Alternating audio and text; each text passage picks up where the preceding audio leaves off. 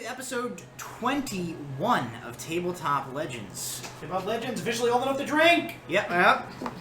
In celebration, I have a big glass of water in a Batman cup. Could have just said it was a huge glass of vodka.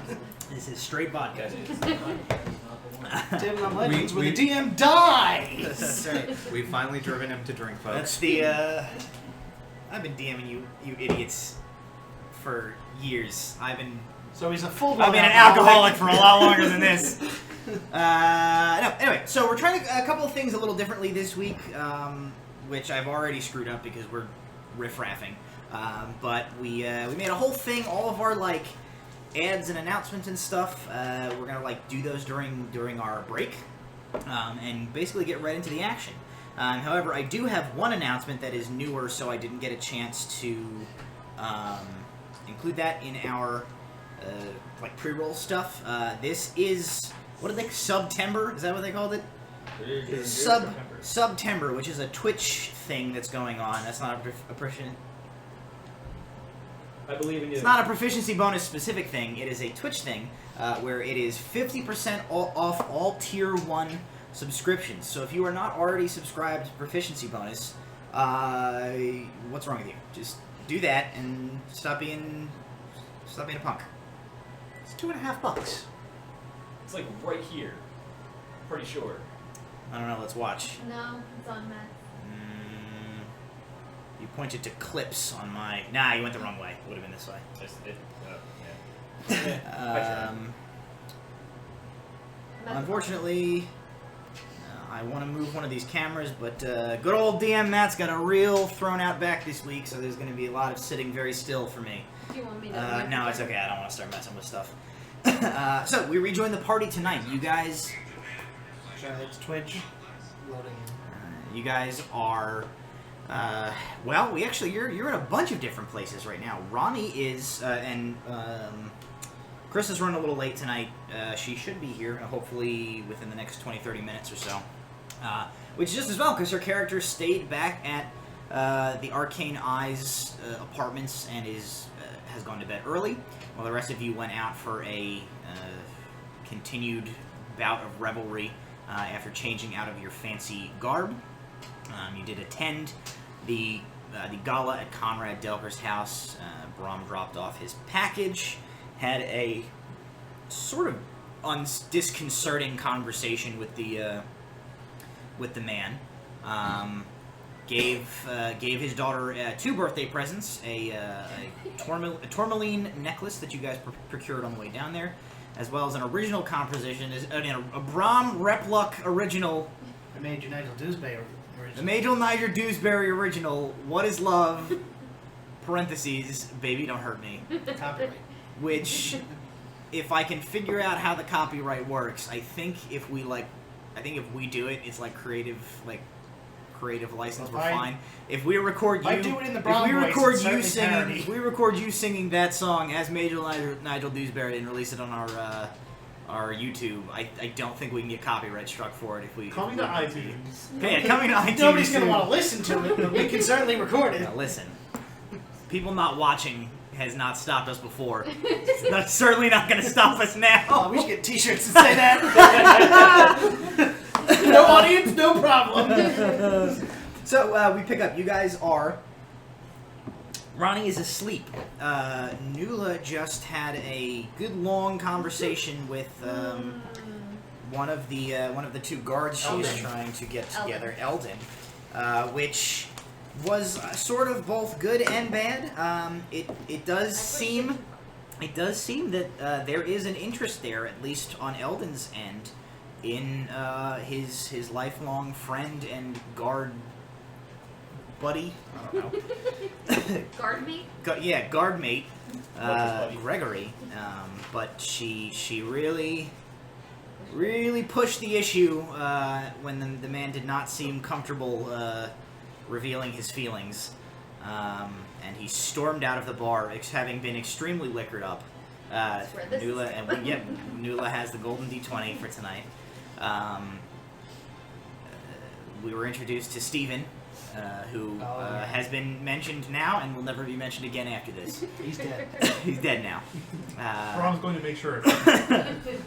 And as the group of Nula, Brom actually never made it to the bar, but Nula, Walter, Alar, and Kel had been at the bar. And as they were leaving, we left last week's session as apparently Brom has the ability to just disappear members of the party. If they're laying on the ground. Without anybody having to even make a roll to notice him try to do it. They went back inside. Hooks. Yeah. So as future reference, since you threw that at me during the outro of last week's episode, in the future you can't just pull shit like that. You're gonna have to make a stealth roll. We were back in the bar and he was on the ground outside. No, they were all outside of the bar. She was literally carrying him. No, she put him down, which is how I yoinked him. That's fine, but you still walked up to a group of people on the street and took an entire man away from them. I didn't even know. It's like a whole ass person you moved. But for the sake of storytelling, we will say you got away with it, and we will pick up tonight's episode with what I don't even know what's going on. Whatever the hell you got going on right now. So open it to close. Take it away. Brom is somewhere with Alar now. What are you doing? We are in an alley. And Alar is drunk out of his mind. Last I remember, Alar was drunk and unconscious because he had too much to drink, so... Slap Alar awake a little bit. Come up with a knife. I don't think we're going to need that. Hey, somebody check our sound on Twitch real quick before we go any further. I hear us. Good? Okay. I'm sure it's out. Just making sure. Proceed. What the hell? Well, I think we're going to need to have a little bit of a conversation. And it's not one I particularly want you to remember. So I figure this is a good opportunity. Okay, you're making even less sense than usual. Good. I need to ask you a question. Have you ever had your entire life thrown into question? I am way too drunk to be having these kinds of big conversations. I think you're perfectly the right amount of drunk to give me a completely honest answer. When did your voice change? Don't worry about it. Alright.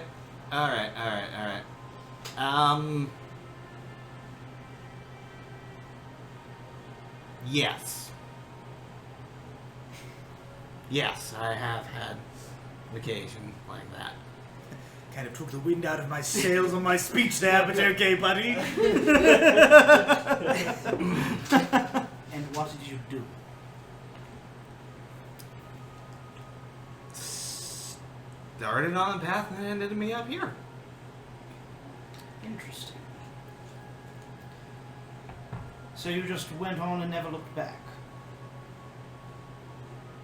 I've looked back a couple of times. Okay. Well, that's all I needed out of you. I suppose we might as well get back to our residence. Let's go, buddy. That's a neat trick. What do they do? Okay. Okay. I'm vertical. I'm not sure I'm gonna be able to walk straight, but I'm vertical. Okay, big boy. And I just kind of baby carry him. Alright, so a couple of minutes passes. You guys are like, oh my god, we lost Alar. Oh my god. I come around the corner and I'm like, I found Alar. Those wizards are gonna be so mad we lost Alar. You And come around the Brum- corner and Did you guys lose this? I'm literally going, well, Alar's dead now. Let's go home. I am not dead. Did you guys lose this? Oh, Oh! You found him! there you are. Yep. Don't wander off when you're gone. Yeah, why don't you do that, Alar? I didn't wander off. I just found him wandering around. We need to keep better track of our ALR. You do. All right, well, so you Got guys a bell on him or something. head off back to the. Bell, you? Okay, but wait. We need to put a bell on our rogue. Get one of those kitty leashes. That's what we need. discussions of bells and the invention of those child leashes. The monkey backpack. with Yep, tail. yep. Somebody suggests they be designed to look like monkeys. Carries you back to the to 28 Dorset, where I imagine at this point you guys deposit Alar in his bed. As you come home, Namara is still awake. Seems she's down in the parlor. And you do, as you guys are like kind of carrying Alar towards his bed, you do hear from up on the 3rd floor, you hear like thumping and banging around and like smatterings of like dwarvish yelling taking place upstairs. So it sounds like Colin is up to something up in the laboratory at this point. Ooh, that doesn't sound good. Just don't worry about it. So, I mean, at this point, you guys can head to bed, and we can flash cut to tomorrow, or if anybody has any business they want to do in the house. Kind of curious to see what's going on with Colin upstairs. Okay, so Stop Walter's there going to go before bed. upstairs. What's anybody else doing? I'm probably gonna tuck it in so I can prepare to find. It was like tomorrow. Alright, so Nula heads to bed. Walter's going upstairs. Pass out drunk. They put you in your room. Whether you stay there is up to you. Yeah, I'm going to stay there. So Alar conks out. Brahm and Kel I'm going to bed. go to bed. Bed. All right. So everybody turns in. Walter, you head upstairs to the 3rd floor to the laboratory, and as you come in, you see Colin from unlock a random sub mode. I don't know what that means. You see Colin is upstairs, is up on that 3rd floor. He is in the process of hauling a bunch of stuff around that circle on the floor, that metallic circle that's been set into the floor. You actually see he seems to be going back and forth between he's putting some things kind of around the circle. He seems to have two main piles of like different types of spell components. You have no idea what any of them have in common or like what the 2-pile system is. But he's actually walking back and forth between that and where you see the paper containing that you guys ripped out of the Dark Wizard spellbook that you had put up here, and where it's like been sitting on that table. He's actually going back and forth between that and the this whatever it is he's doing in the middle of the floor. So as you come up, you see he's got like a copper mug in one hand. And there is, on the table next to that piece of paper, there's like a mostly empty bottle of something like dark in amber color. And he like walks over to a shelf of components. Let's see, it could be, I haven't done this voice, it's not the right voice at all. It's not what this man sounds like, he's a dwarf. That was kind of the meat guy. That's the meat. A little bit of the meat guy's more high. He's back! Meat guy! Yeah, meat guy's brother.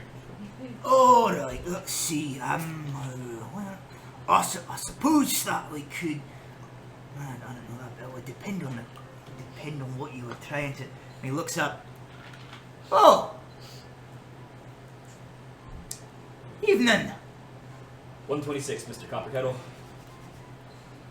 Kind of looks. He looks over towards the back of the back of the room. You see like his big book is set on the table. And he goes, "You know what, lad?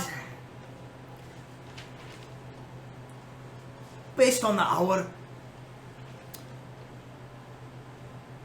I'm going to assume that either you're supposed to be here, or you've already killed everyone else in the house to get up to this point. And I'll be honest, I'm drunk as a skunk, so I'm not gonna be putting up enough of a fight. So either, either you're about to kill me, which fine, or you're here. It's late, and I could use a stranger to vent my woes to. Come on, come and take a look with me." Alright, what are you working on here? Walks over here. This spell up here. Demios said some. Oh, is this your spell? That is indeed our spell. Aye, that makes sense. Demios told me it's here, and some folks was trying to figure out how to sort of reverse engineer it, to use it as a ritual spell. So I just, I thought I'd take a crack at it. So that's what I'm working on. And he slides out a stool, and then pulls up a essentially what is like a crate that like clink clink clink clink clink tinkles. That has a bunch of like empty vials in it. But it does have like a top on it. And he like pulls them up next to each other, and he like pats the crate and sits down on the stool with his back against the table there, kind of looking in the direction of the circle. Past the crate into seats here. So he looks, he says, "So, the thing about ritual magic, right? Let me go back. Let me go back twice. Once to the beginning of this magic discussion, once to the part where I've been a terrible host." And he pulls out a second copper mug, and he looks at it. He's like, "Ooh," puts it down, and he goes and he takes what looks like a vial from a chemistry set. Like holds it up to one of the lamps to see if it looks clean, and takes that bottle and like pours it full of this liquid that he's drinking and passes it to you. We'll, Cheers! take a really small sip. just give it a little taste. Make a Constitution saving throw. Do you need a dice?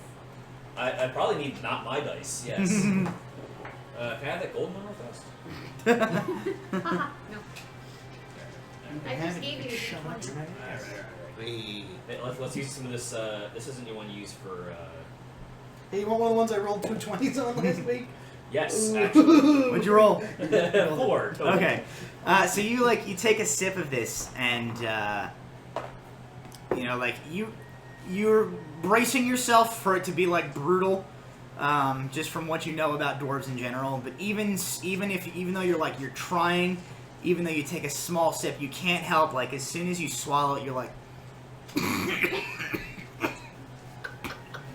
He just pats you on the back, sort of drunkenly. You don't burst into flame or die or anything. It's not enough You just don't. You can't quite manage to Hands are comport not yourself tentacles.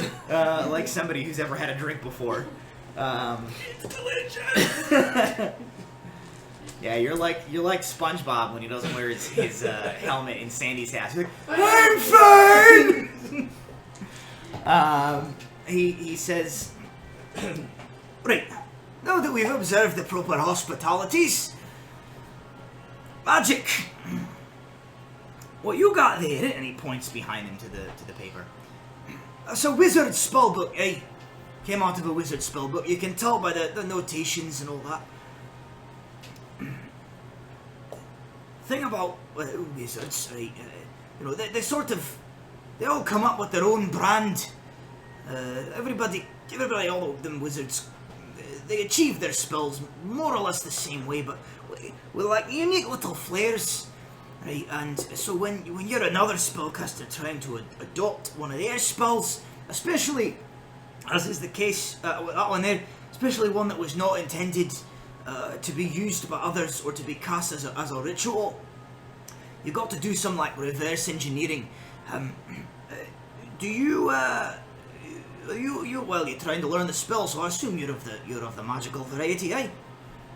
Yes. And then I'll pull out my book of shadows and show him what I have thus far.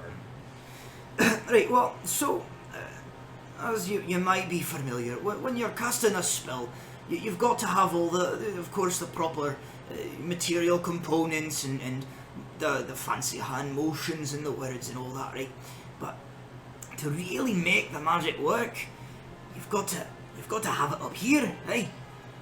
And everybody, most wizards do it subconsciously, but there's little connections that we make, eh?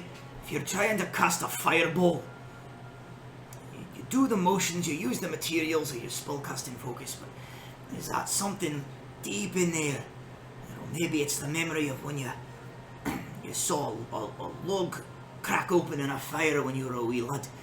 Something personal helps you make the connection to the magic. That's where it lies, aye. Well, you've got to figure. So this one is life transference. As Aye. best as we can figure. Aye, as far as I can tell, the point here is to allow the caster to transfer a little bit of their vitality to somebody else. I'll cast Vampire Touch and then just wreath my hand in shadows, like kind of like the opposite of this. He's like, yeah, don't do that, Aran Demios. He's not gonna like that one. Just dismiss it. Thumbs up. It's totally just a thumbs up. It's a mage hand. Thumbs up. He's like, I'd be much more alarmed, but I'm not gonna remember you did that in like 2 hours, so it's, whatever. The thing you got to figure out is what it was unique to this wizard that made it work, and you have to figure out how to represent that with your ritual components, so that when you set up your circle for the ritual, you can mimic his intentions. So he kind of points to the piles he's making. He's like, I can't sleep, so I've just been doing a little preliminary sorting, seeing if I can figure out what some of the useful ingredients might be, try and find a combination that works. Usually it's some mixture of 6 to 7 items will typically do it. One of them almost always is a candle. Another pretty safe one to use is incense of some sort. But after that, it can get to be a little bit of a crapshoot. It's no easy task. I understand. Do you mind if I stay up trying to help? He says, by all means. For the sake of brevity, if you want to just like jump Make cut. me an Arcana check, and I'll have him make one as well to see what kind of progress you guys make. There you go. It is this one. Right? No, this one. Correct. I got a 5. Okay. Well, you're not super helpful. Luckily, he's way better at this than you are. He got a. Let me actually check what his Arcana modifier is. He rolled a 16. That was a 15. Alright, so I'm just gonna throw things at Just dice deal from now disdain, on. yeah. Just you gotta roll with disdain. That's the trick. Roll with intention. No, He's- roll without intention. Okay. So yeah, between the two of you, mostly him, by the wee hours of the morning, you guys have pretty confidently nailed down 2 of what he thinks to be 7 ingredients needed for the ritual components to make this spell work. You have figured out that you need a red candle,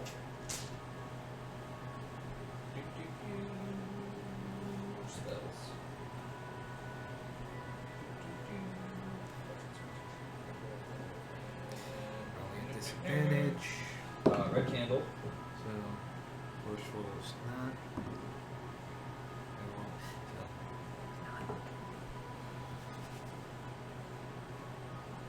Got it. Red candle and a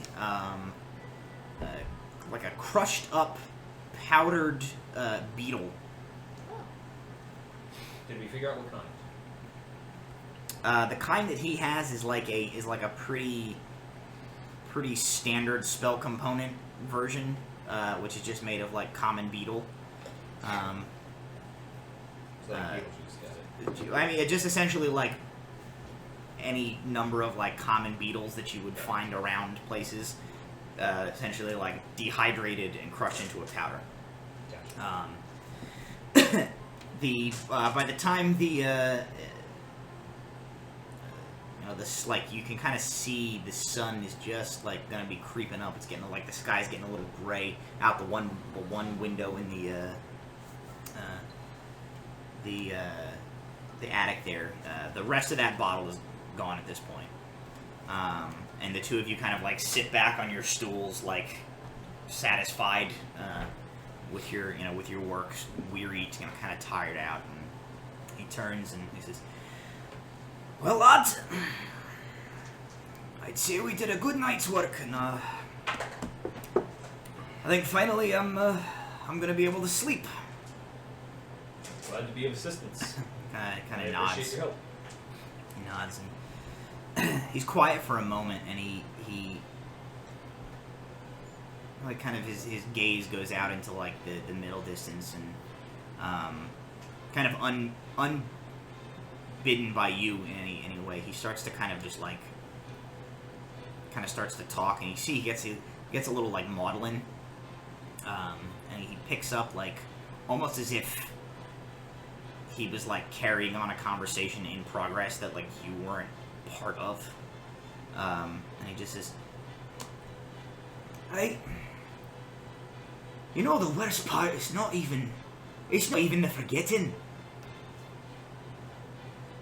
He kind of looks at you and he says, "We've just had a fine time working up this magic, eh? Depending, might be 10 minutes after you walk out that door, I'm not going to remember it. I'm not going to remember you. That's certainly not great. It's no way to live their life. I don't know how I'd get by without Damien and No taking care of me the way they do, but you know, hard to fret too much over what you can't remember. You know what I mean?" And he shakes his head. "Oh, you know, the worst part, ironically enough, the worst part is the book." He says, I can't just go through life not remembering anybody I meet. It's only so much you can get done like that. The book is a necessary evil, but damn it, I don't remember who I've forgotten. So it's like every time I open that book, it's like I learn all over. I see what number's on that last page. It just gets higher and higher every time. And I'm reminded all over again just how many people I can't remember. So he shakes his head and looks off wistfully. I'm gonna see if there's anything left of the fluid, I'm gonna see if I can pour us both like one more. Sure, yeah, you get like a little bit of like, you know, just... It's enough to make me pass right now. Yeah.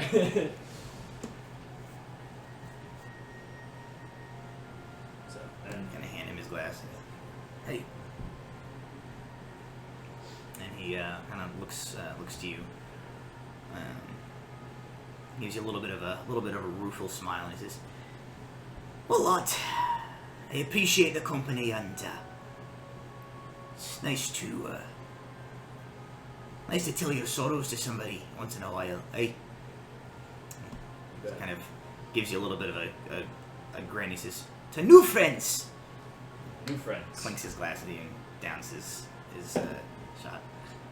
13 this time. Okay, so you're like, to new friends.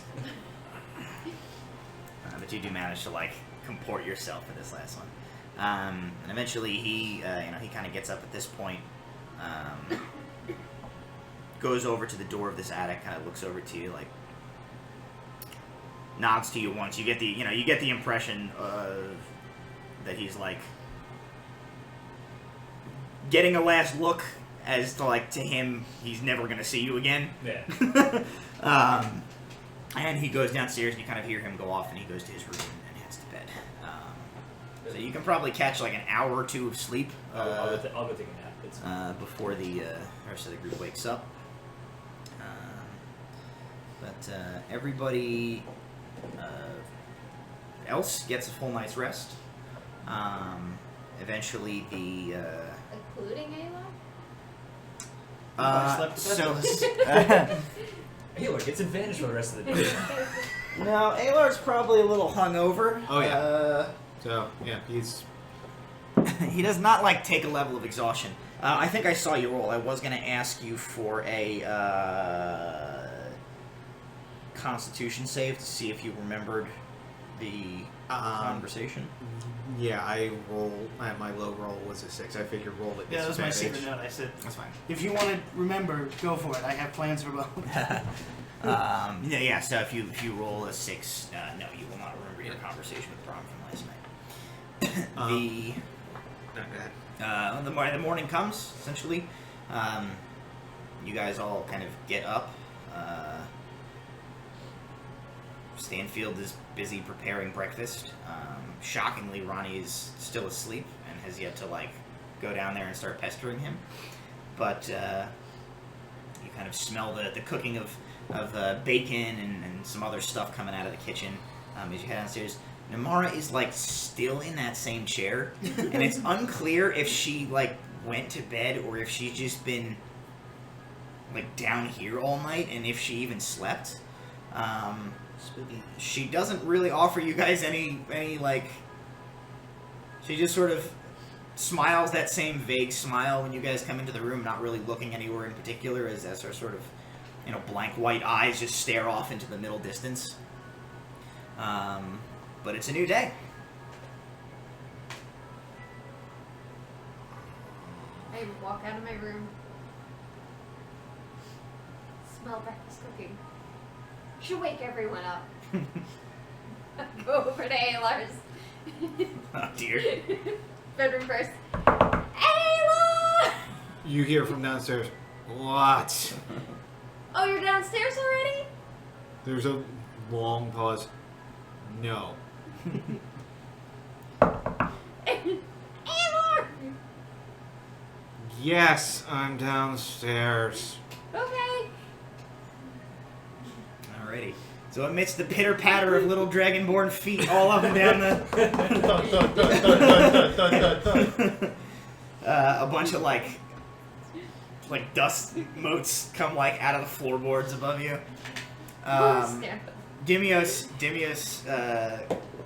comes out of his room, fully dressed,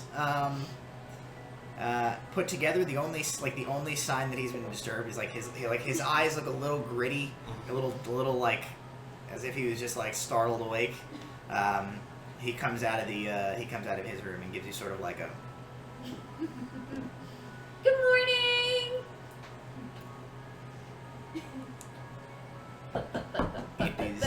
It is apparent to me that you're a morning person. I'm not surprised, as it turns out. From what I know, from what I have seen of you, that is, that's pretty much par for the course for what I thought was going to happen. It says, well, if I suppose I shall join you downstairs for a bit of breakfast, and I do not know if you have further business you want to finish up in the city, or if you are ready to discuss contracts, but That is a conversation after I've had some of Stanfield's delectable coffee. And he kind of heads off down the stairs.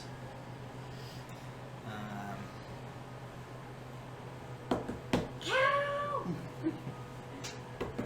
Bro! What? It's morning! Inside voices!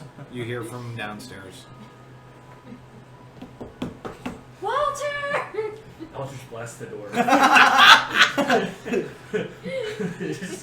Alrighty, so the door to Walter's room is blown off the hinges and hits the opposite wall. Brom's door like swings open and he comes out and he's got like paper and a quill. I had no idea that Nuala Shorehart was the sun! Can you turn the sun off? With pleasure, takes up plan A. Dimios comes back up the stairs to this scene and he's like,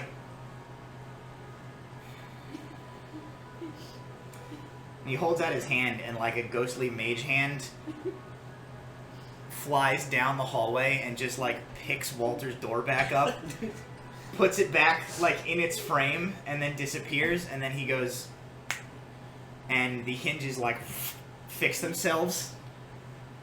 Thank you. And he goes, Sorry. just because we are wizards and we know the mending cantrip does not mean that we go about blasting doors off of hinges whenever we enter or exit a room. Thank you kindly. We were not raised by animals in this household. Yeah, Walter. It's like, shove my Jesus, Walter. I am downstairs. Old I am timey downstairs 60s. in the sitting room, sitting across from Namara, clutching a cup of coffee. I am so sorry until you brought us all together. It's a little I did unclear what's going on up there. There is just a lot of the- noise. Yeah, She's just like grinning vaguely. I As have soon no as he idea. hears loud noises, he just starts compulsively apologizing for us. I have no idea what they're doing up there. I'm fairly sure it involves property destruction. She holds up a hand. She says, "Colin destroys $8 a month. It is not a problem." That's good. I'll head downstairs to breakfast. Oh, this is good coffee. This is good coffee. I just hear like ALR orgasming over the coffee downstairs, and I will just make my way towards whatever source that coffee was from. So you drink this coffee.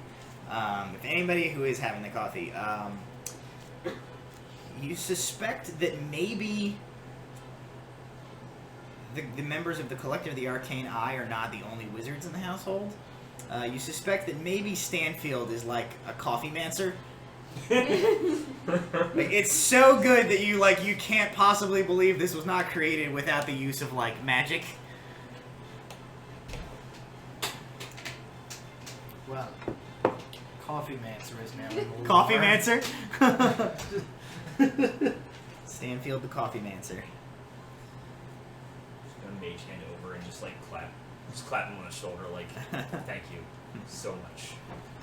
Walter, why don't you ever just use your real hands? Like, seems like so much extra effort to be doing fake ghost hands all the time. I didn't learn magic to use my hands. Oh. You sad, lonely boy. I'm gonna mage hand his face a little bit. Get that away from me. I don't know what that mage hand has been, except I do. Colin like stumps down the stairs during this exchange. He goes, "Ha! We called out the stranger!" Great. You got a name for it. Namara just like sips her tea and goes, "Gross." I'm sitting there giving excruciating detail of what happened last night To her, too. to Just everybody, anyone who wants. Anyone who is listening, she is just talking out loud. He's sipping his coffee. He's trying to reach his quiet place. It's not Like they working just- because there's a dragonborn that's right next to him. Just, I didn't make it to the bar, but I did hear that Steven's a real punk bitch. Steven. Oh! Yeah, Steven. Less said about him, the better. Demios is like, Steven, is that a god? Is that a god who smells vaguely of rotten cheese? Yeah, that's the one. Ah, Yes. I heard a great deal about that. He seems like a truly terrible person. Truly, just. Can confirm. Is he your cursed fifth member? What? Is he your cursed fifth member? In the Arcane I mean, Order? there are only 3 of us, so I don't know. Well, you getting the extra 2. I don't know where you've added. Stanfield is clearly called Mancer, sir. Steven is so bad they skipped the number in line, and he's number 5.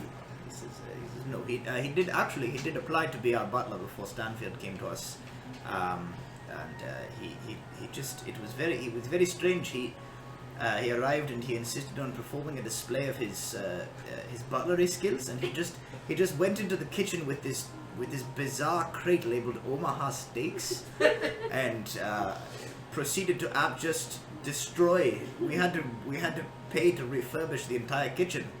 It was a disaster. I don't know where he could have gotten something like that. Maybe the neighbors would know. Smash cut to like a scene of like eldritch horror taking place 2 doors down as like the crate of Omaha Steaks has been released that you sent to them.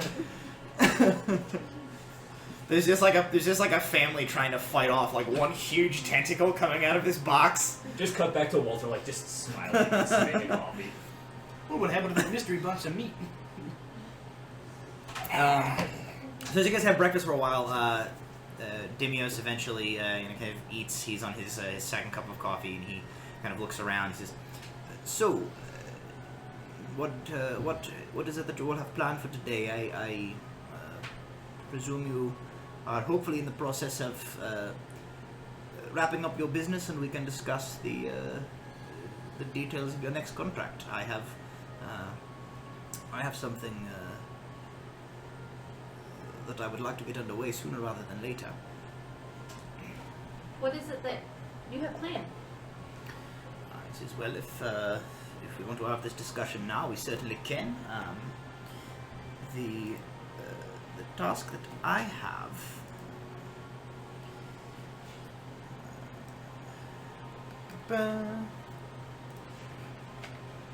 Kill the meat monster 2 doors down. Yep, that's it. Well, as you may or may not know, the group of us have been adventurers for quite some time, and in our younger days, of course. But we've managed to make a network of contacts all throughout the 5 kingdoms. People that we work with, time again or another. We try to maintain relationships with anybody that. Either we can be useful to or can be useful to our research. One such contact of mine, an old friend from our days, I would say probably 15 years ago now, maybe. An individual who is an investigator for the Shamar Palta peacekeeping force based out of Odracom in Valand. Old friend of mine, a gentleman by the name of Matthias Harkin.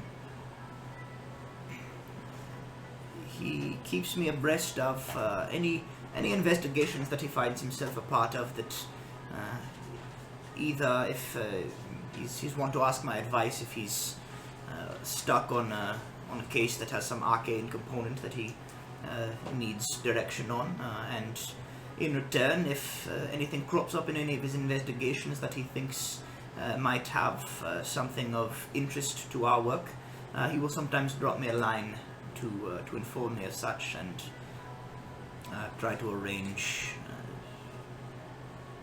items or pieces of information to find their way to us. I actually received a letter from Investigator Harkin just about 2 weeks ago. his details were sparse. He tends not to put too much in writing if he's not at liberty to discuss. But apparently he is working some sort of a case. The details of which he did not explain. He simply said that the case had grown quite complicated. And his suspicion, anyway, was that there was likely something at the end of it that would be relevant to our work, trying to locate and study dark magic items, cursed items. What more is involved in that, he did not really say, but he did seem interested in acquiring our assistance. It is my desire to send the group of you to aid Investigator Harkin in his search in any way that you can. And if there is in fact a relic at the end of this, bring it back to us.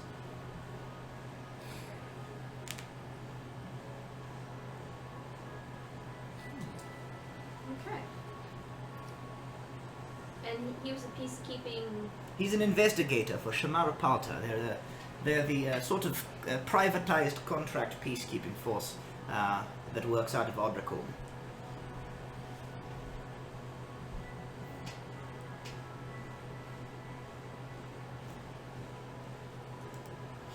Okay. And he gave no details of what the relic. Very few. He just said that the case had grown complicated. He was, I believe, actually kind of like digs it out of his like he has like a essentially like a journal type of notebook thing in his robe. He takes out, he flips through till he finds an individual piece of paper that he has. Yes, he was rather thin on the details of the investigation. He just said that it had grown rather complex, and he has there is a small mention here of a girl that he is trying to find. How long she might have been missing or run away or whatever it is that he is looking for, he does not say. He just mentions that he is on a case. It is a little complicated and has the, to use his words, it has the smell of some of this wizard shit that that interests you. He reads off of the paper. He mentions a girl that he is looking for, and he recommends he requests some assistance in this matter. Did he have any description of the girl? He did not. Okay. One day, new life. One day. All right. Mr. Dinios, how illegal is it to, say, create a mob of people around the front of the gate on the main travel road for a few hours? I didn't see anything specifically. I suppose about that would be rather depend on what sort of a mob you would. I mean, generally speaking, creation of mobs is frowned upon by the law. It's really a crowd. But I was thinking, after that party last night, the young girl really thought we were a acting troupe, and it'd be fun to have a little play outside the gates. It's possible to get a permit for that. I mean, Awfully short notice. I know a guy. I know a You're- guy. you're- Very high up. I mean, I listen. That's a weird thing to be doing, frankly. Don't worry about it. There's like sweet magical relics to hunt, and you're talking about putting on puppet shows in front of gates. I don't understand that, but It's better than a puppet show. oh, my mistake. I'm sorry, I was up with Colin. A little late last night. But look, whatever floats your boat, I suppose. If you're blocking commerce through the gate or past the trail, the law enforcement will probably clear you out. But there's nothing to stop you from just like doing a play. If that's what your thing is. We really want to put on a play? Mage hand comes up, just appears in front of my face, and I'm still holding coffee. I'm never gonna look at the mage hand the same way again. I'll just hold the coffee. with the Never mage hand. touch me with that thing again. Right. And I'm sure that you also had a contract, Miss Namora? She kind of, she sips her tea and she's... I do.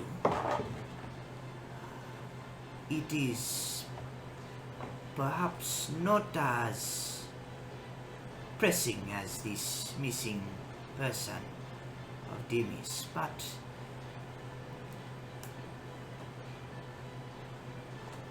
she looks around. Ronnie is not in the room. She says, none of you are from the lands of the free peoples. No. I lived there for most of my life. When I was there, and in my time since, I have gathered rumors, legends, folklore from the region. There is a place I know, a tribe called the Malacca. They have a legend of a place they call the Scarred Land. It's a place they say of evil and darkness. They dare not tread there, and they are very superstitious of it. They say that evil spirits inhabit the place. Those who have gone there have not returned. Animals that come from the area are wrong.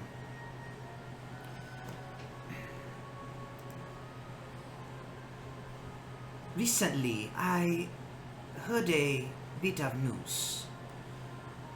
Far in the north of Valond, there was an expedition sent out. One of the banking companies up there, they uncovered an Anvarian ruin. They sent an expedition to find it. All but one that they sent up there died. The one that came back told stories of this Anvarian ruin and the spell work infused into the place, fading and failing, causing the place to go haywire and corrupt. It has made me think that maybe the Scarred Land is something similar. Maybe the evil there is not quite evil at all, but an Anvarian ruin.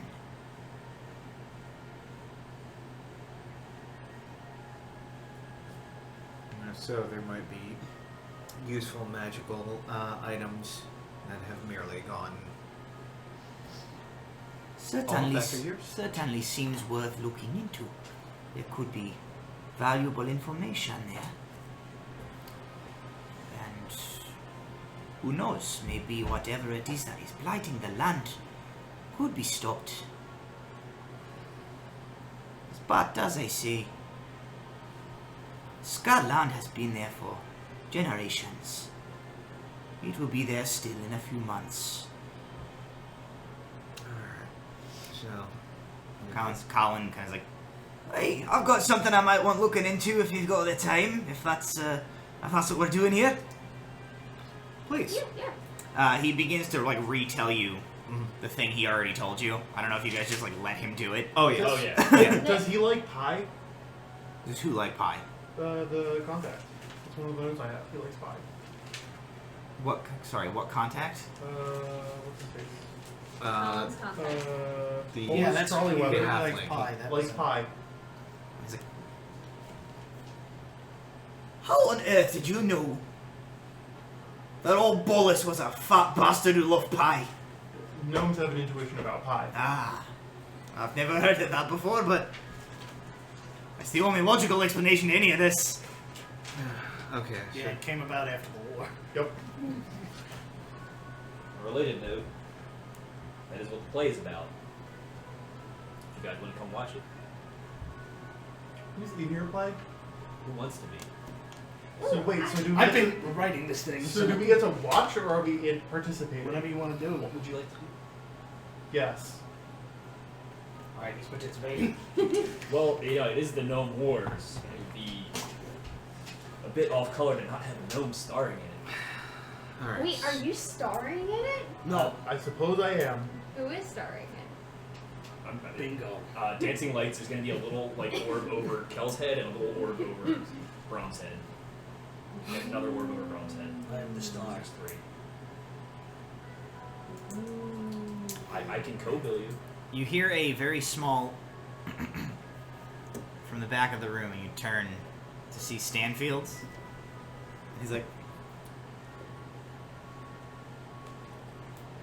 "When I was a lad, it was always a dream of mine to be in the theatre."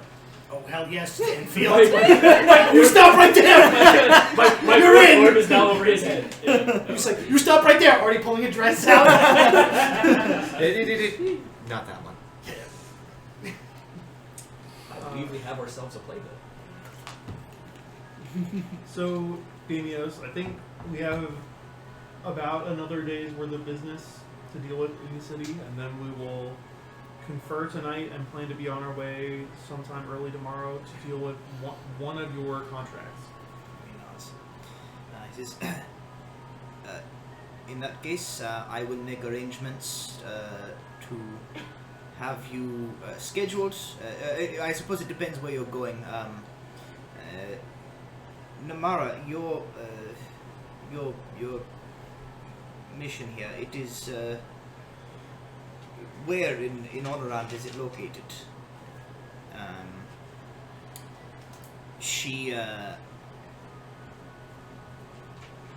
holds up the palm of her hand, and like a beautifully rendered minor illusion of Orahol appears with like a little like illuminated bip, yeah, like a little illuminated bip on the like northeastern kind of tip of Honorand, sort of near the Honorand Ignian border, not like close to the Ignian border, but like in that general vicinity. He's like, well, depending on what you choose to do, this is if you want to go to Valand to look in on Investigator Harkin, or if you wish to travel to check up on Colin's friend Mr. Trolleyweather, he says we can make a registration, we can make a reservation for you to make use of the city's teleportation circle to travel. His eyes just go really, really big. To travel directly to either Odricombe or the city of Lagona. I'm not the biggest fan of teleportation. I've heard they can be difficult on people with sensitive stomachs. The large permanent teleportation rings in most of the major cities are much more of a smoother transition than I understand Mr. Idrin gave you one-use teleportation scrolls to bring you all together. That's a little bit more of like a log flume version of teleportation. The largest, there's some people say there's some disorientation, but it's much more like simply stepping from one room to another in the large city teleportation circles. If you are truly opposed to them, I suppose that is fine as well, but it is the better part of a month overland to reach. The teleportation circles will be just fine. If we do, I mean, we're gonna go, but if we go via teleportation circle, can you check in on Henrietta? We just take it with us. Can we take a horse with us? Who is Henrietta? A horse. We have a horse and cart moored across the river, or parked across the river, Well, I'm sure Stanfield can make arrangements to have that put up in a stable somewhere in the city here. And yes, we can certainly make arrangements to take care of your animal That would be perfect. while you are Probably out not of town. on with us right now. No. Yeah, smash cut. There's like back across the river in Farbank. There is a darkened stable with like a single shaft of light coming down from the ceiling. No. Just as like the illumination of like a horse, just like plotting.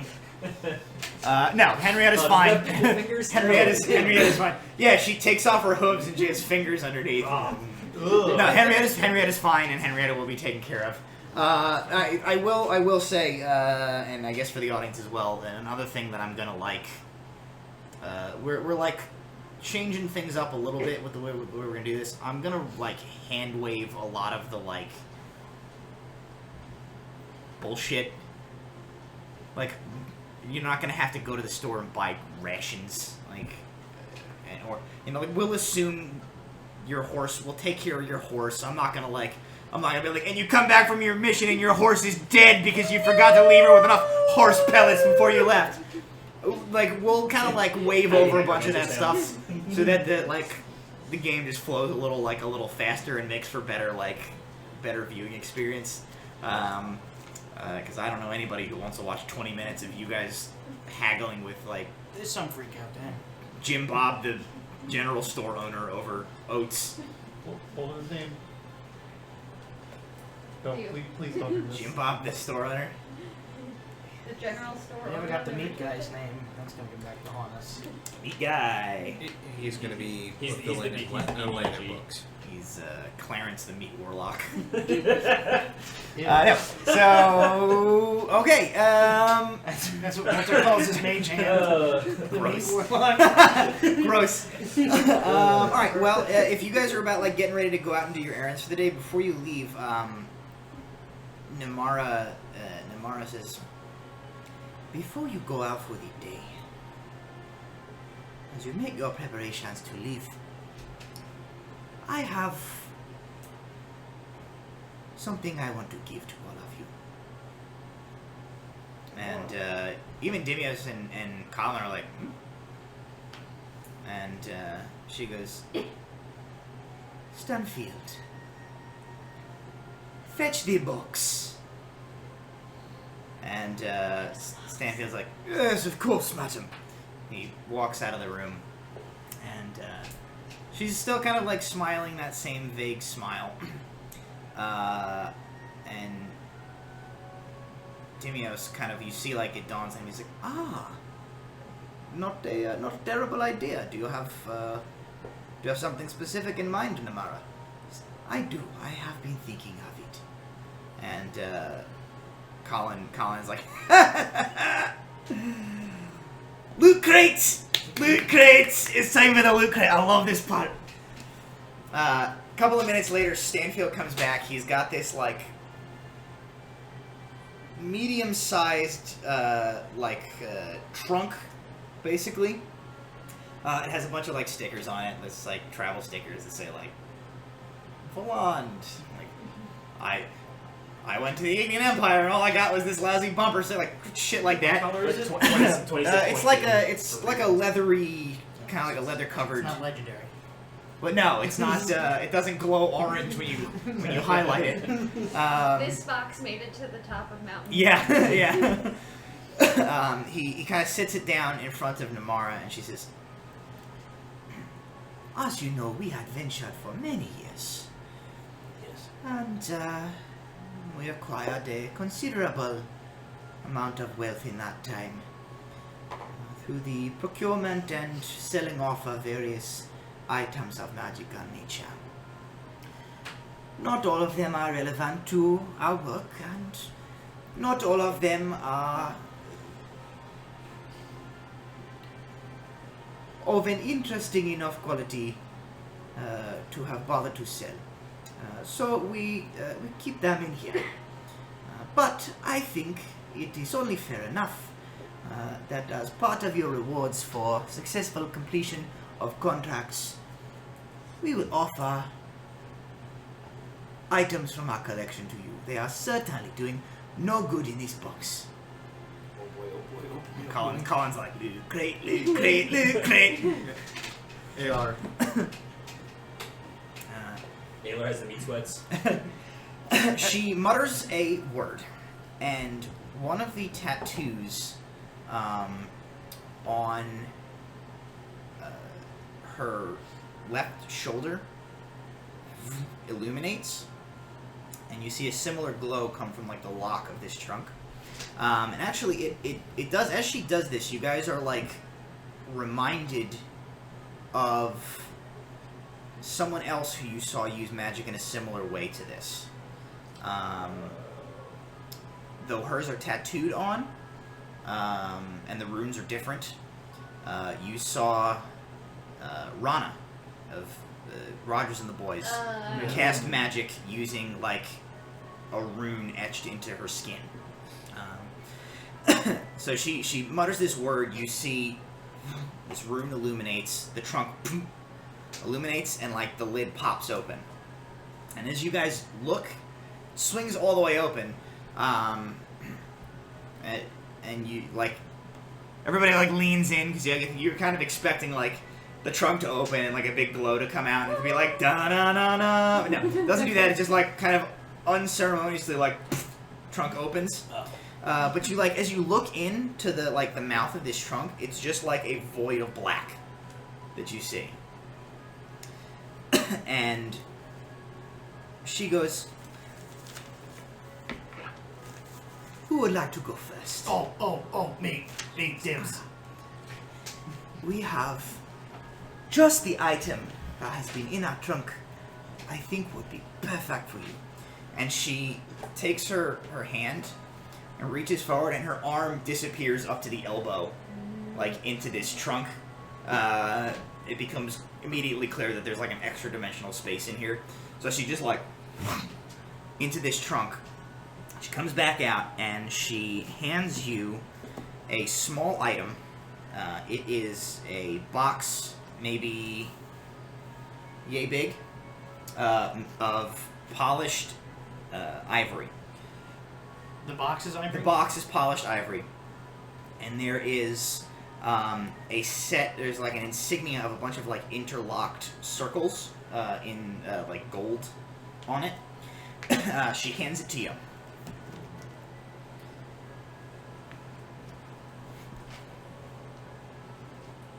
Do I open it? Great role playing. Way to really sell that scene. Yes, open it.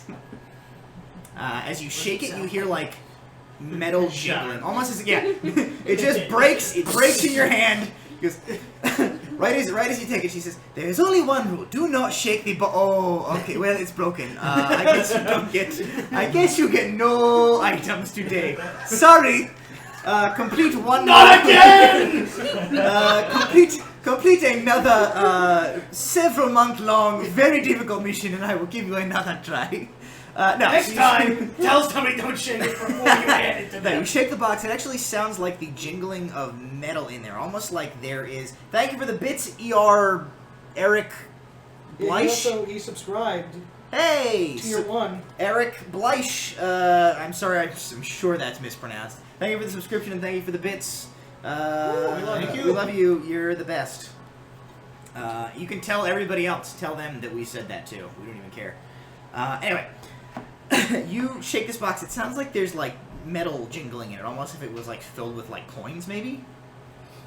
Always one. She Brahms inner Wario comes out.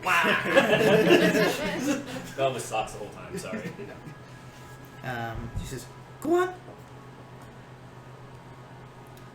You open the lid, and it the bomb goes off. And Two city blocks Inside- inside the box, Go to the box, roll the con save. there are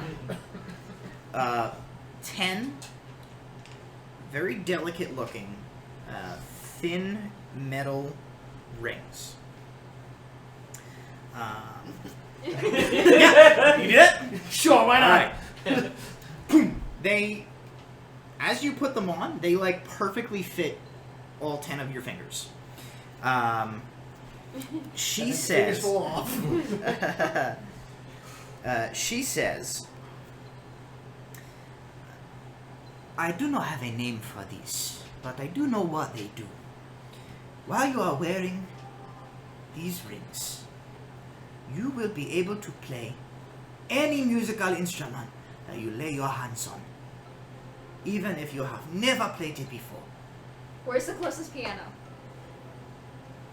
There is suddenly a piano. Just rolls into frame. Yeah. Shall I roll out this? What's a brand of piano? Steinway. Steinway. That's what I was trying. Shall I roll out the Steinway, madam? I thought there was a conservatory over there. Smash cut. All said and done. So you have, and you best be writing this shit on your character sheets, because I'm not going to remember it after tonight's session.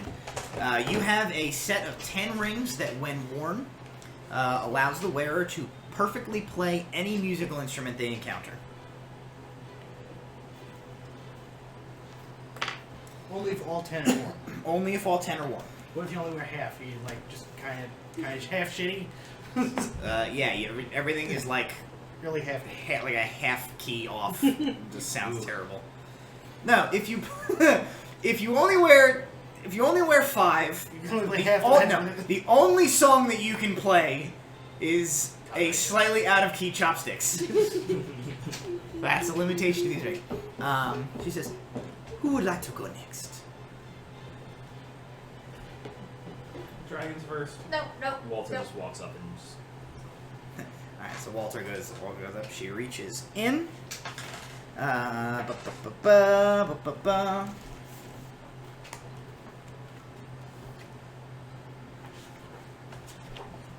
break this thing because I can't type with this weird ass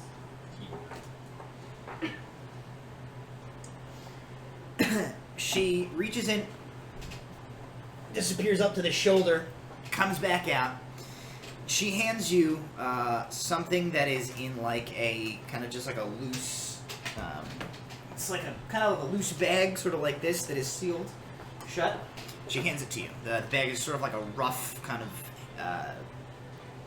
burlap type of bag with a drawstring. It's not pancakes, is it? No, it isn't. Yep. Pancakes. You screwed yourself out of whatever was going on because you said pancakes. How did you guess that was the bag of infinite pancakes? That'd be right up Ronnie's alley. Yeah, it was before. So you as you take it, it's kind of heavy, and you feel like as you go to open it, you feel there's just like it just feels like there's one thing in there, and if I knew that I could find out where it is, I literally have this item in real life, and I wish I had thought to look for it before this. Is it this thing right there? What? That bag? The thing you literally just picked up. The thing that I already picked up and put down. That red little bag, I think is what you're talking about. Yeah, let's all just point at things in the room and see if we can guess what this magical item is. Is it Is it this? Thanos? Is it tape? Is it tape? It's not tape. Is it the unicorn? Is it the I cup? spy. This little cup This- over here. No, it's not a rock. This would be a really good opportunity for somebody to be like, is it this Tabletop Legends Magic AF mug? Alright, I can't find it. Tabletop Legends Magic It AF might not be in here. That's okay. Available now. Well, that was an unnecessary detour. And the You eight take it out. It is about a 6-inch long brass nail. It looks like almost like a railroad spike. Oh, now I know what you're talking about. She says, It's a butt plug. Congratulations. "Yep." She says, "That item, even without the use of a hammer, can be driven into almost any material. Like human flesh. Is there a command word? Dark, but yes. No, simply can be driven into almost any material. Once placed, it will not come loose by any means unless purposefully removed." by him only. Is Aylar sitting down? Yes. Oh no. Jam it into his pants into the couch. Question. Does magic work on it? Are you asking if you can mage hand my rod? No, No. he is asking if he can heat metal. Can he beat that? Yes, I suppose you could. It can be lifted with mage hand. It can be heated if that is what you want. If he puts it like into your pant leg, if you go to like, it comes out when you go to remove it. I'm like, alright, second gift for Rob. So it's not. So this is a magical 6-inch spike, like a railway spike, that can be pretty much with minimal effort plunged into any surface and will not come out under any normal mundane means unless like intentionally somebody takes an action to remove it. Okay. So like you could like put it into a wall and tie a rope to it, and like it would never, if you were like rappelling off a building or something, like it would never come out unless you went and took it back out. Thanks Thank for you, ruining madam. my pants. Dimias is like, Honey, they were ruined. They were ruined when you bought them. mending your pants. Is mending a cantrip? It is, right? Yes, Okay. yes, yeah. Otherwise he was gonna be like, I'm not going to burn all my spell slots today fixing your shit water. They were ruined when you bought them. So Put this in my. I guess it's. it's about 6 inches long. So yeah, it's just going in. Yeah. I'll stand. It's a lot bigger than you used to. Jesus Christ. Alright, who would like to go next? Dragon No first. sweet poor dragons. Dragon first. Nope. Aylar? Why do you not want free I'm giving you free magical items. I'm not going to give you anything that's going to kill you. If I may. Yes. Of course. Mr. Ayla says, yes, for you. She reaches in, and she pulls. This is actually not, it's not contained anything. She just, like, tosses you a horseshoe. Like a plain-looking horseshoe. She goes, it does not look like much, but it has got a powerful lock enchantment on it. Keep it on you, and you may find in a dire situation, things turn in your favor. So basically, this is an item that allows you once per day if you fail an ability check or a saving throw. You can choose to give yourself advantage on it and reroll. You may find in a dire situation, you have a horseshoe. And if nothing else, it's also an improvised weapon. Yeah.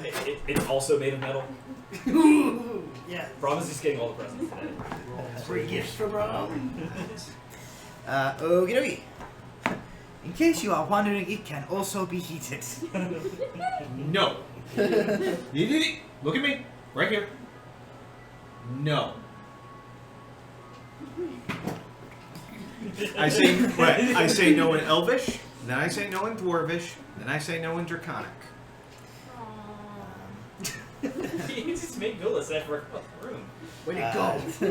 So Cal and Nula, who wants their sweet I'll gifting? go. Alrighty, Nula. Big bag of sugar. Yeah. Endless bag of sugar. Just put it in my Just a shot of insulin. She reaches in up to the elbow. He's like, shoulder. She actually like sticks her entire head into the opening of this container. Oh. Like her big mane of hair like Can she kinda breathe in there? poofs in. Should we pull her out? She doesn't stay in for very long. She comes back out and she pulls out hand over hand Oh.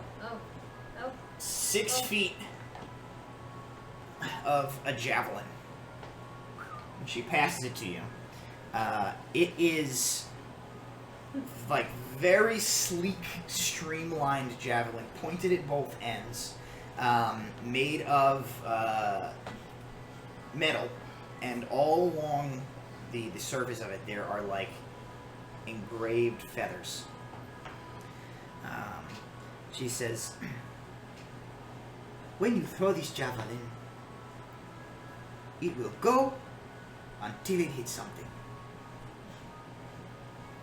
So what you have is a streamlined javelin.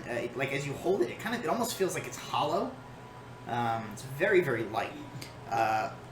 When you throw this, it will never fall to the ground, and it will never slow down from the speed at which it has been thrown You'll lose that real fast. until it hits something. Don't throw it in any big open. So it is essentially a javelin that has infinite range. You will obviously you'll still be at disadvantage trying to hit something if you throw it something like 600 feet from you. But its momentum and its velocity and its height will stay at a constant until it impacts with something. Cool. I can't wait for 6 months from now when we're out on the plains and she misses, and then a farmer 6 miles away is like, oh, why? I'm more worried about that thing achieving escape velocity. Yep. She killed something in the rings. Not sure how that's possible, but Well, I think your javelin went into orbit. I actually worked this out. I don't have it in front of me here, but I was working this out for something else about like what the curvature of the planet does in relation to like things moving without consideration of like gravity.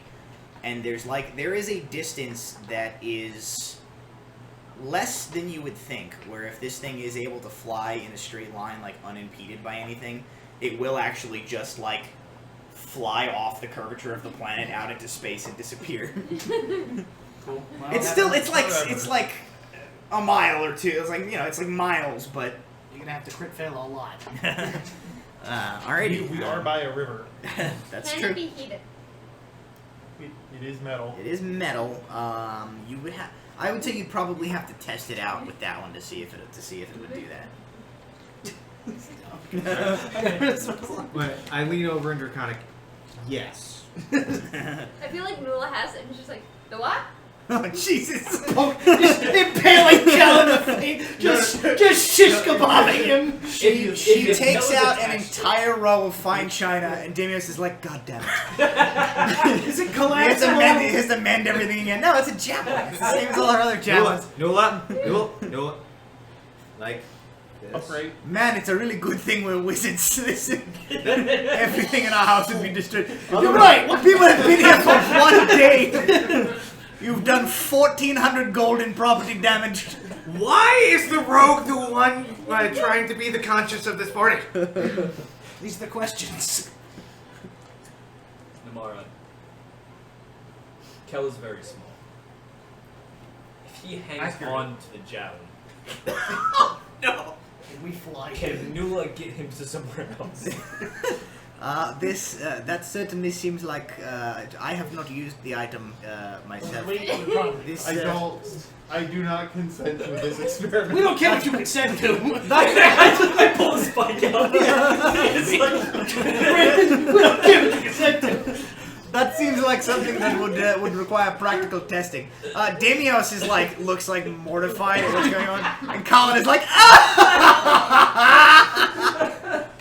Aelor opens his mouth, then closes it, and then he picks up a scrap of paper and a pencil and starts writing out for me. It's like, if that works, you could just build an really tall tower and just send people express mail into the other kingdoms with this javelin.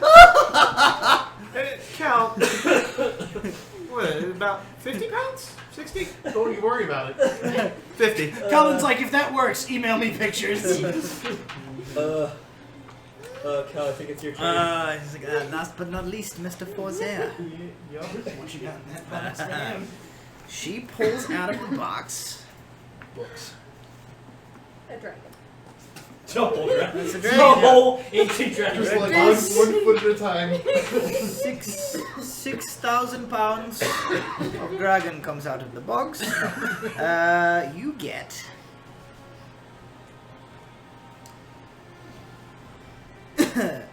She pulls out a single, kind of ratty-looking piece of paper.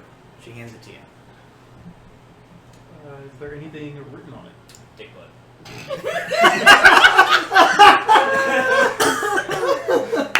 Oh man. Good night, everybody. She I'm says, I'm sorry. she says, try asking it a question. Do you know how to draw a dick button? What are you? A couple of moments pass. And like red ink begins to seep up from inside the paper, forming words. Y'all got ghost paper. And it says the words, "Your worst nightmare," Ronnie and a child. which then fades, and a new line comes back. It's like, nah, just kidding. Ronnie a child. It's paper. She says, the paper seems to be enchanted in some way, that, well, you can ask it for advice, based on things that you need, and it will answer. It is not always entirely helpful, and it does seem to have the particular quirk that it is rather sarcastic. Oh, this is the wrong voice for this one. The paper is always very rude, but sometimes helpful. I know like it. I know plenty of people like that. I have a question. I have a magic 8-ball. Well, Eldon and Gregory get together. Oh, burst into flames. Oh, the paper somehow killed itself. Outcome unclear. The paper, no, the paper. After a few moments, the words. I don't want any part of your slash fic here on it, and it disappears. That wasn't a no. Don't encourage her. Ronnie, since she's not here, she's not going to make it. It looks like tonight, but for next time, Ronnie, she pulls this out. And says, "Give this to Miss Ronnie when you get the chance." She pulls out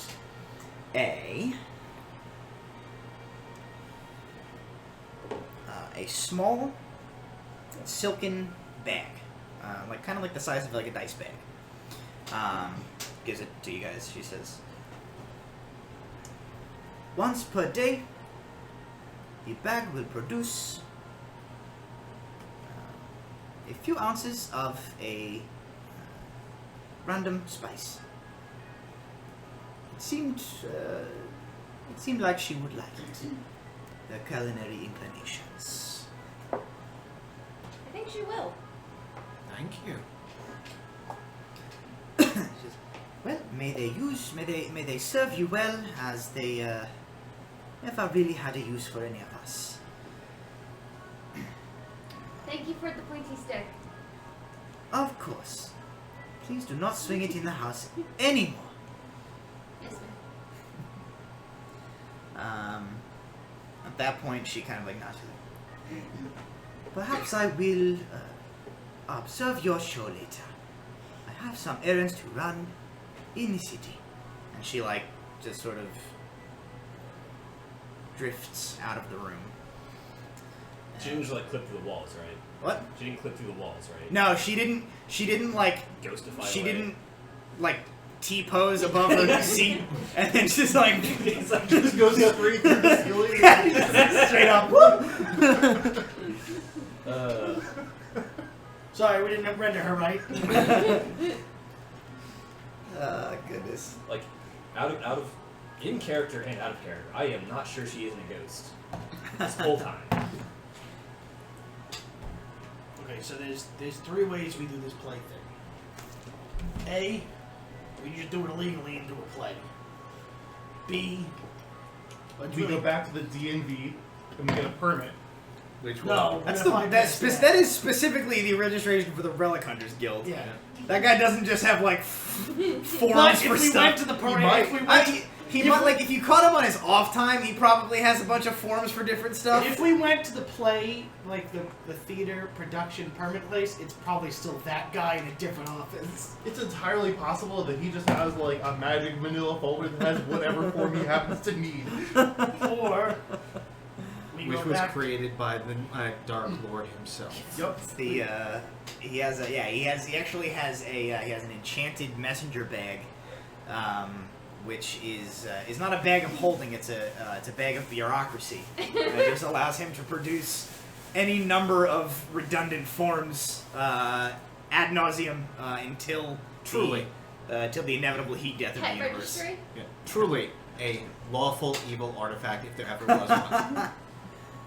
Bag of bureaucracy. Or we go back to our Parliament friend, or we go to your people and get some fake documents. I feel like What do you want to do? this is above the pay grade of someone in Parliament. All right, so We just have to go to the office. We But, don't like, even have to bull- meet with him. So No? while you're doing this, you're doing this to distract the drivers. I mean, I would like to get an audience, and if it happens to be that the drivers stop, that would be great. If they don't, if you can quickly jump on their thing and swap out on it real fast without them knowing or paying attention to it, that'd be really awesome. I can certainly try to do that. I'm gonna hand the brass nail in case you need to stop them really fast. in the head. Deceased. So we. I will say, if you're gonna, it would require like attack rolls, and I'm not gonna let you just like plant that into people's skull and instantly kill them. No. By the way, I was never gonna use it for that. any magic items dispensed through the loot crate that turn out to be game breaking will be redacted. I can assure you of that. Alright, so I guess we'll go the simple way of just doing an illegal play. Yes, and I have a plan for that. It just requires a little bit of convenient storytelling. I can do that. Alright, I'm gonna go out and do sort of a grassroots campaign, try and get people to come to this baby. Outstanding. Newell, I do believe you've traveled all around town lately. I Not have. judging, just saying. Did you get your guards and some of his friends to come? We'll work on it. Would be a good I thing. mean, do we want the guards there though? When they Absolutely. Get the stop. guards on our side. Yes. But if we don't, I Does might this have sound like a kissed- good idea, new friend? Like 3-4 seconds come by, and the words come back. Just throw me in the fire, please. I was waiting for it to say, "I'm not your friend, If you can buddy." convince your guard friends to come, it's good to have guards on our side. It's not getting any better. It's up to you if you want to invite them. I don't know. I think I Do you- upset Elvin yesterday. I He mean, moved a little too fast. what better to repair a relationship than a comedic/dramatic play? Nothing more romantic than Do we have a love song in the middle of it? Sure. We do now. That's the intermission part. Yep. Of course! We take it. What's gonna chump? Of course. All right, so that's your plans, I guess. You're campaigning for Audience. What's everybody else doing with? We'll say you guys can take like the rest of the morning to like after lunchtime to do other stuff, and then we'll say that after lunch will be like when you do your play thing, and that like that wagon is supposed to be rolling through. Can we take a break because I'm going to pee my pants? Yes, I want to establish what everybody wants to do. Yes. So that I can like prepare over the next 10 minutes for anything I need to like,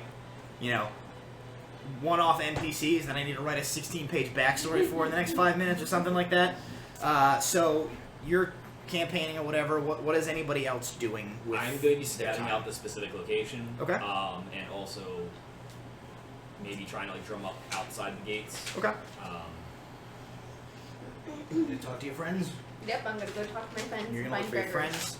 Alien Kill. I am also going to send Morgan with a little note attached to her leg to The office. the office Okay. to see if it's possible to either have her return with a permit or Okay. No. Or not. It literally yes or no question. Can she return with a permit or not? If not, at this point. I'm gonna go with Walter to scout out the area because if I'm going to have to make a quick switcheroo, the better I know the area, I can identify spots to hide, spots to escape. Other side of the city. This that side? side. Yep. So opposite the side of the river. Yes. So they're coming from this way, and then They're coming from north. They're coming this is north. that way. Yep. Coming that way, and then I thought they around. were on this side last time. It was. The map is backwards. Oh, did I flip the map? Yes. Yeah. Sorry, I'm wrong. You're right. They're coming from. This way. We're going. So they're gonna be I'm doing it riverside. here. No, you're still on the wrong side. They are still going to that other side of the city. This Okay. Yes. They're coming from like. I'm doing it here then. They're coming from like up. That way, yeah, and then going like that. Yep. Okay. That's the itinerary as you understand So it. this is north. Ooh, deputize people. No, we can't. We can't sub-deputize people. Anyway, yes, we're going to be doing it here. I will. Yes, doing all those things. Okay. Cal? Gonna see if we can talk to Archivist Flick. Archivist Flick. Okay. All right. Well, then we will do that. Stick around, guys. We're gonna take about a 5-minute break here. Please enjoy a sweet ad roll video that I worked super hard on to make, and we'll be back shortly for the rest of our episode. Hey there, everyone. Matt Palmieri here, your host and dungeon master. Thank you for joining us for tonight's episode of Tabletop Legends. I hope that you're enjoying the show so far. I know I am. While myself and the rest of the gang are refilling our drinks, stretching our legs, and relieving ourselves of the pee that we've been holding in for the last 2 hours, I wanted to take this opportunity to talk to you about our sponsors here at Proficiency Bonus. First up is Little Dragon Corp. Little Dragon Corp are purveyors of fine gaming dice, as well as all sorts of other tabletop gaming goodies. They've got a huge selection of polyhedral dice you can choose from, and prices that you couldn't shake a stick at even if you had a +1 stick of shaking at your disposal. They recently released their line of Birthstone dice. They have new metal dice sets available, and they are constantly coming out with new products. If, unlike Becca, who we have to physically restrain from buying dice on stream once a week during our ad read, D&D dice are not your thing, they have definitely got some other cool stuff you can get your hands on. They've got spell cards, they've got gaming accessories, they have a whole bunch of other tabletop style games that you can order right to your door. And if you want to check them out, you can type !Little Dragon into the Twitch chat at any time for a quick link to their store. Or just go to your favorite web browsing apparatus and you can go to www.littledragoncorp.com. And remember, if you do purchase anything, tell them we sent you. You can use the code BONUS at checkout for 10% off your order. If you'd like to buy, I don't know, like 11 sets of dice, it would be like one of them would be free. Yeah, that's probably not how math works, but, I just don't think about it too hard. And, go check them out. LittleDragonCorp.com for all of your sweet, sweet dicey needs. I'd also like to thank our sponsor, Marble Moon Studio in the 8th House. They are an independently owned, ethically sourced, witchy lifestyle and home goods shop. Their goal is to support small businesses and create a safe, inclusive space / community for witchy folks. They've got just a ton of super cool merchandise that you can order online, including the widely popular Tabletop Legends Magic AF D20 mug. But hey, it's just not all mugs over there. It's not just like they're not an entire store filled with mugs. I mean, not that there's anything wrong with stores filled with mugs. If you're a mug store, I mean, that's a great business plan and good for you. And call me. We'll set up a sponsorship. But Marble Moon Studio in the 8th House, well, they've got way more than that. They've got all sorts of things. They've got wall art. They've got candles. They've got apparel. I mean, you don't need to listen to me just like list off a bunch of random products off of their site. You could take a look at the sweet montage that I'm probably going to edit into the background of this audio. Or better yet, just go to their website. You can look for yourself and not have me read it to you like an idiot. You can find them online at either marblemoonstudio.com or shopthe8thhouse.com. I've met both of the ladies who run this business in person. They're awesome. They're awesome, awesome people. You need to go buy things from them right now. Thank you, Marble Moon Studio and the 8th House, for supporting us and our silly Dungeons & Dragons mess around. We love you, and, hit me up about a cut of that sweet mug money. Hey, if you'd like to sponsor an episode of Tabletop Legends, maybe you want to give a shout out to your website, your business, or a podcast of your very own, you can do that. Send an email to tabletoplegendsdnd@gmail.com.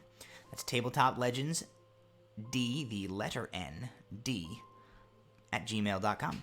And, it doesn't just have to be a business. Maybe you want to promote, I don't know, maybe you just, you're really good at kickflips, and you want people to know that. You can do that.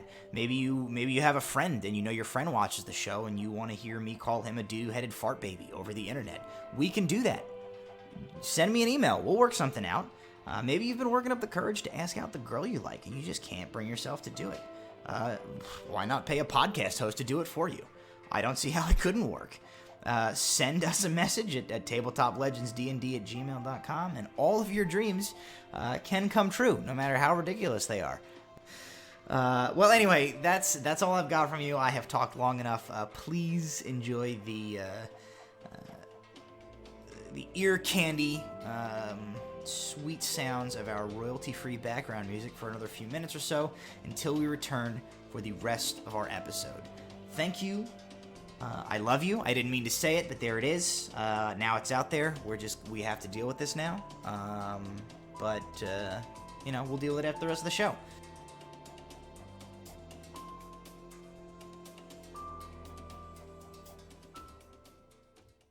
Hey, welcome back. I hope you liked our sweet ad reel.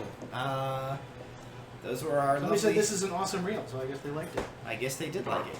And we have somebody says they're going to contact us about pictures of their dogs. You should. I put a this asshole didn't even watch the whole reel.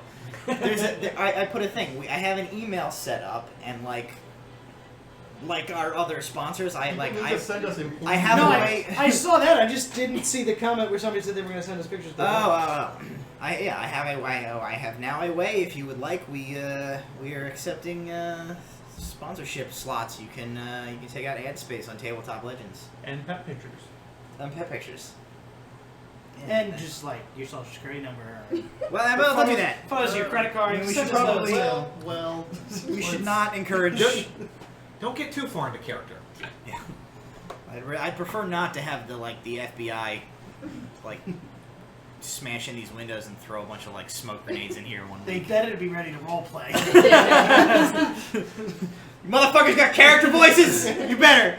All right. Anyway, we return to Tabletop Legends. You guys have a couple of hours to kind of do your business before we the caravan is due to roll through the town. That essentially Walter has to counter rob.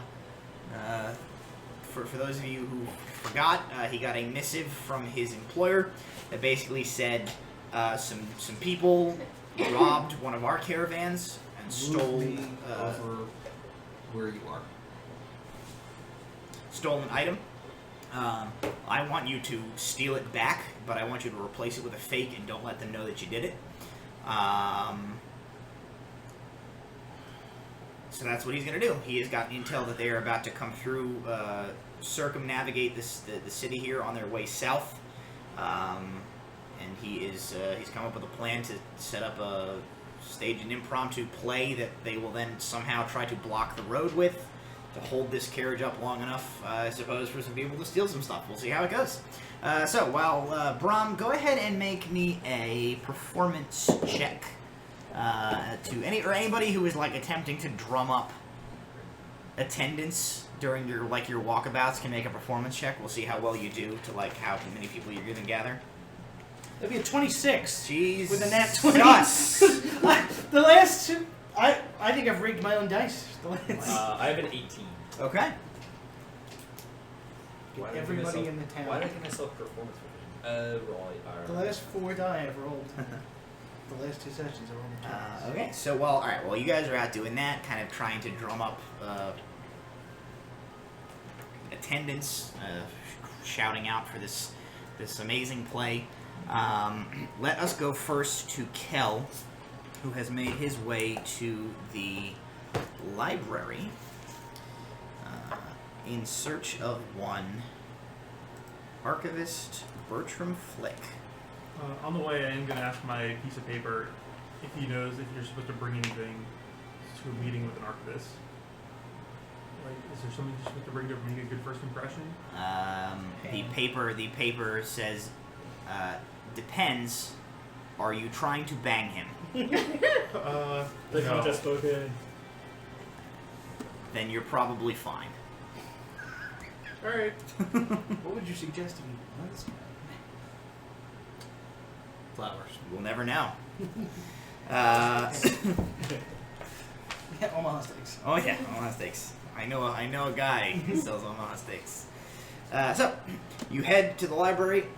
You go through sort of the main portion, that kind of square room with the sort of the rows of shelves that the first archivist had brought you a book and set you. And you make your way through that as you're kind of looking around to what you gather is like the actual main portion of the library, which is a sort of a tall, cylindrical building. Essentially, just all the way up. There's not actually like floors, there's just row upon row upon row upon row of just like books going up. It's not an enormous space. There's not like hundreds of thousands of books in this place. But it's a sizable building full. It's certainly the most books you've ever seen in one place before. And there's just these like super tall ladders on wheels that are like attached at the top to like a metal ring at the top of this that look like they can be like rotated 360 around this room. As you look in, there's actually like you see a couple of places where some of these these archivists are like 3 or 4 stories up, just on these ladders, like up there, putting books back and doing things. Turns out being a librarian in Mythland is like more of an extreme sport than you would have expected. It looks like super dangerous almost, but. Archivist Flick is there as you come in. He is in the process of like alphabetizing a bunch of books onto like a little trolley thing out of just a big like crate. And as he looks up, he blinks at you for a second, and you see he like doesn't quite recognize you at first. And then he's like, "Oh, yep. You had the hat. I didn't recognize you without the hat." Yeah, I get that a lot. I thought you were gonna send your ward. Look, the major is very particular about some things, and it's just easier to play along. I'm sure you understand. He's like, well, I mean, that guy is clearly not an official in any sort of military that exists. So,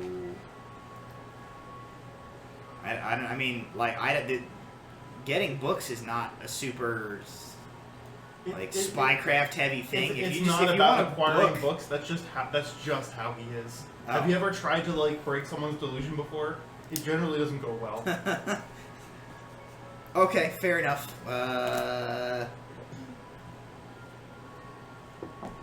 So there's no squire. There's no ward. This is just. No, it's you. It's literally just me. It's just you. Okay. Okay. Well, so what are you looking for? What do you need exactly? I am hoping to get information about dragons and anything that anyone knows about them. To this point, I've been able to find this, and I will show him my book on river fishing. Like that is as close to information, like real information about what dragons are like and what happened to them, as I've been able to get. That's pretty brutal. And he like flips through the river fishing book. He's like, yeah, pretty sparse on information about enormous, super intelligent reptilian creatures. He hands your book back. Right. Everyone that I've gone to and asked about that has offered me books on river fishing and said that if I want real information, I need to come here. So I came here, and everything useful is private. He kind of he nods. Says, "Yeah, well, that makes sense. The general populace. I don't know if you I don't know if you noticed. There's it's like a pretty big river next to the city and like through the whole kingdom. So I mean, river fishing sells. I don't know what to tell you. Look, I mean, I'm not knocking it. I bought it. I read it. I won a fishing contest. Oh, well, that's pretty cool. Well, yeah. No, I mean, there's definitely they've definitely got some stuff. We don't have a huge collection. Most of the from what I know anyway, most of the information about anything having really to do with dragons would have been pre-fall documents, and those are pretty hard to come by. Between the whole like collapse of civilization thing and like 600 years of people burning down each other's libraries, a lot of stuff got lost. We do have some Invarian texts here, some replicas of Invarian texts, but I mean, yeah, you're not wrong. Generally, that stuff is pretty well kept under lock and key for like official use. Not to disparage you, you seem like a very intelligent type of person, but most people that kind of come here have like a third grade reading competency, so that's the type of stuff that is out for the public to use. Things that it doesn't matter if they get like river mud on the books. So here's what I think, maybe. And he like kind of looks around. I've got access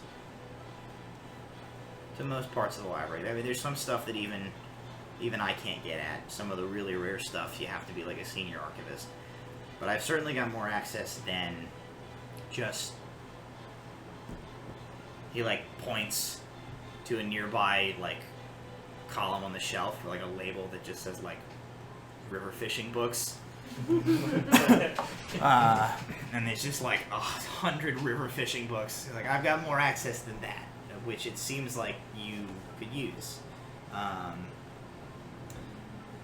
I can't just like give it to you though.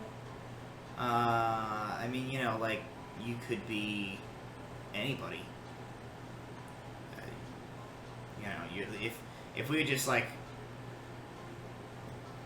let whoever see any books, your delusional friend could walk in and tell us he's a major in a non-existent army and just like get access to rare and potentially like dangerous and valuable information.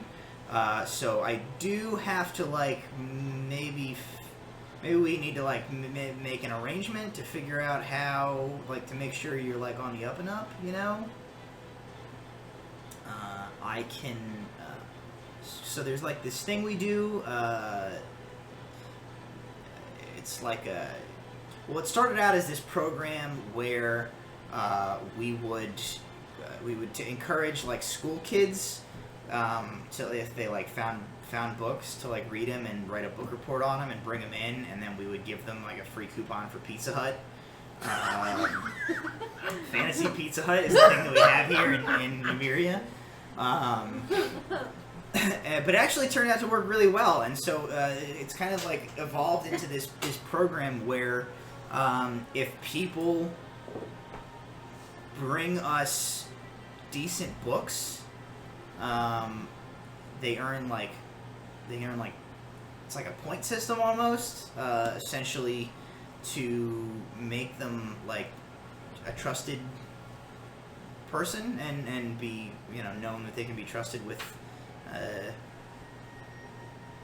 access to more like restricted information. So I mean, we can set you up with that, and and maybe like in your travels, if you can find some decent books and bring them back to the library, I can work out a deal with you, and we can get you access to some of the like dragon stuff that we might have.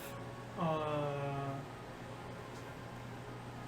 mean, that sounds great, but I have a question. Who's to say that the kinds of things that I may or may not come across would also be not available to the public? He's like, well, I mean, I'm more talking about like what? Like, there's, I don't know where you guys draw the line on what kinds of things are and aren't available to the public, but it seems to me that the purpose of a library is to educate people. And particularly things relating to history seems like they would be important for people to know about.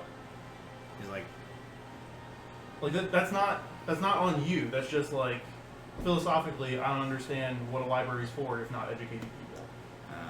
So like, I have no problem going out and collecting books, but if it's going to be hidden away from here, from normal people, then I don't know how I feel about that. He's like, I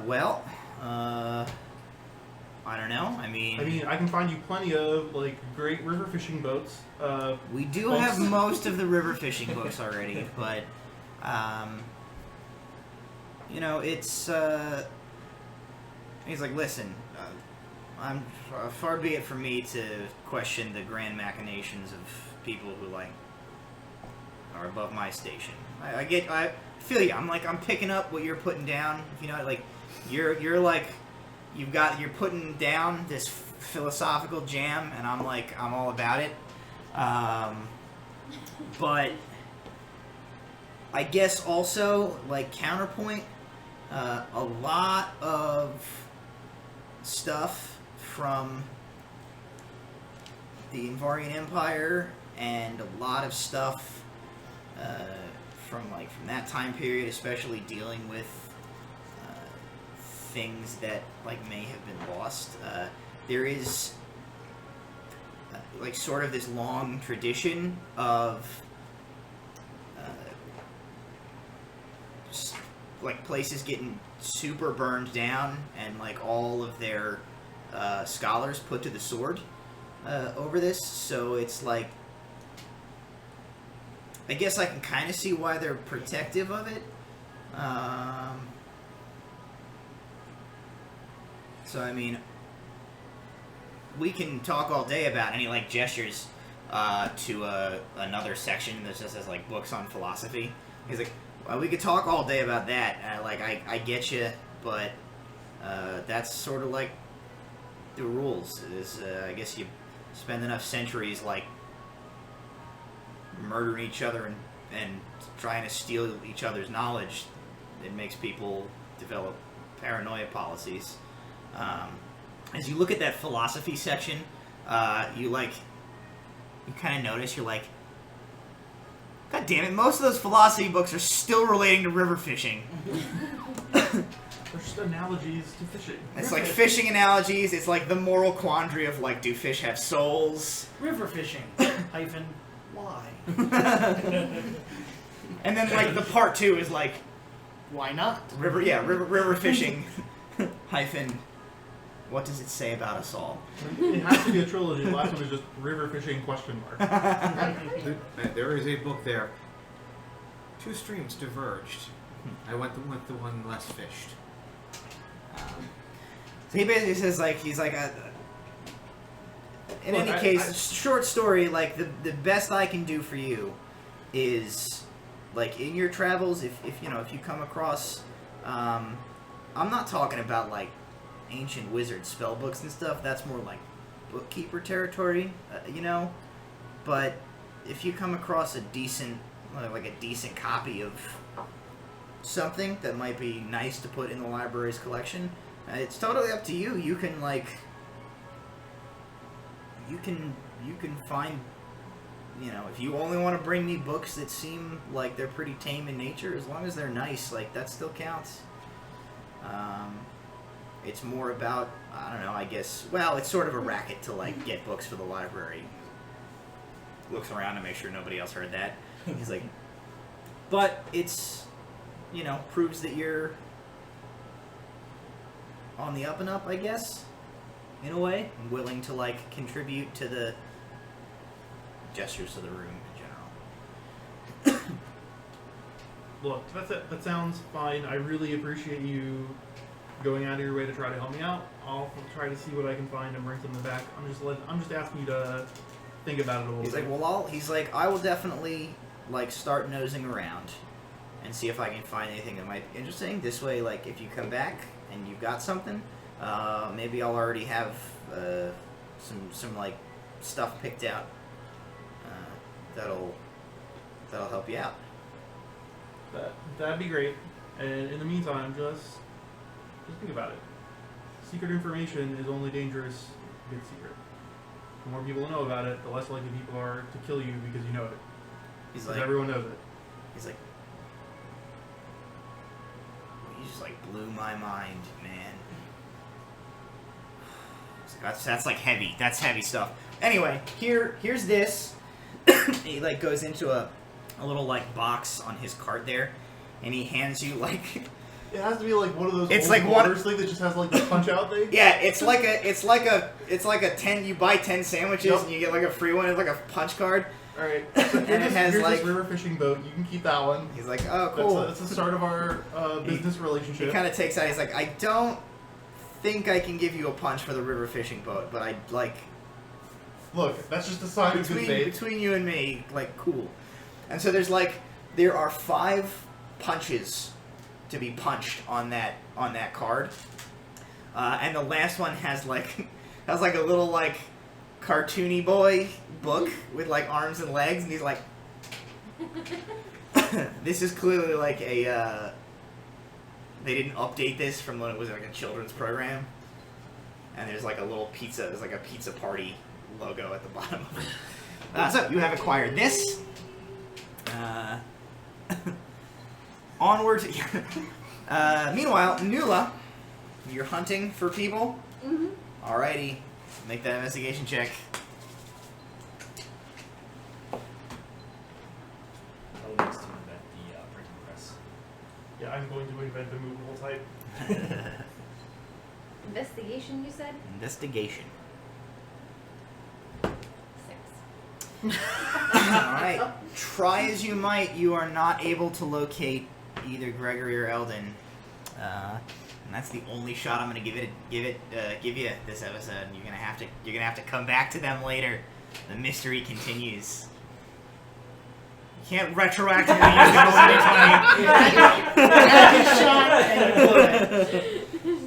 the Shot on something else. Looks like you're on the play now. for you 3.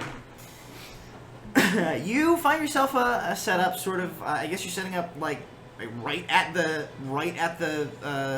field gate like there. right at the intersection. Like initially, I want to be like in a visible corner from all directions, but with like the not obvious intent that's going to fill up that entire. Okay, so you sort of like eke out a little area. There is essentially what has been formed here by this river gate is like almost like a square, essentially, even though the intersections are road.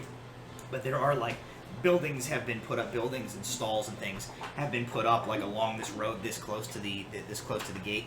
There are like merchants selling stuff, the various things you would expect to see along the road there. There's like a wagon wheel repair garage. Just this fantasy roadside stuff is there. You have to kind of like squeeze Fantasy your way AAA. into Fantasy AAA is there. You squeeze in between the Fantasy AAA and Oats and gum. a cart that sells burritos, and Outstanding. you kind of manage to like eke out a little space for yourself and set up for your play. Basically, where they're gonna come from, down from the north, is pretty like it's kept pretty clear. This exterior like caravan trail that encircles the city, except where stuff is sort of organically popped up near the gates. So like you'll have a pretty decent line of sight as they round the curvature of the city, and then another pretty decent line of sight like as they go. You know, like once they've gone past, there's not really much in the way of like cover.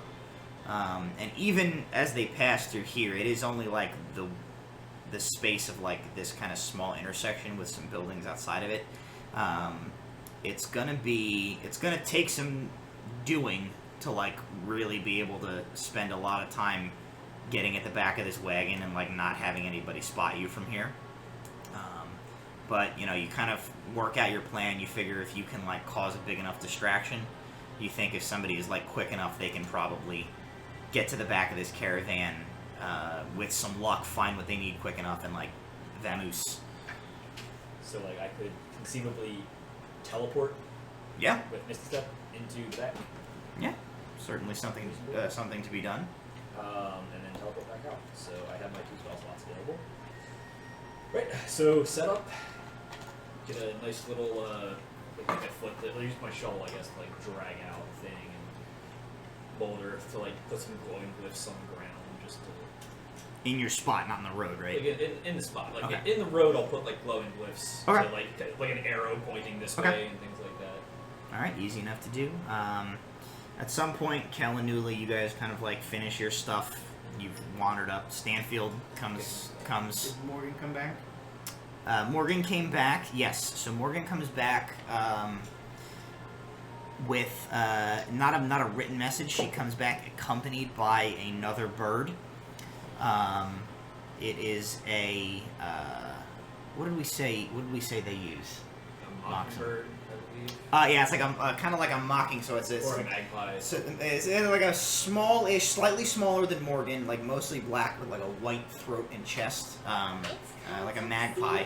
It has this sort of like stubbier, slightly stubbier beak, and as it kind of flutters up, Morgan goes wherever Morgan is going to go. This bird kind of flaps up and lands on your arm. And as it does, its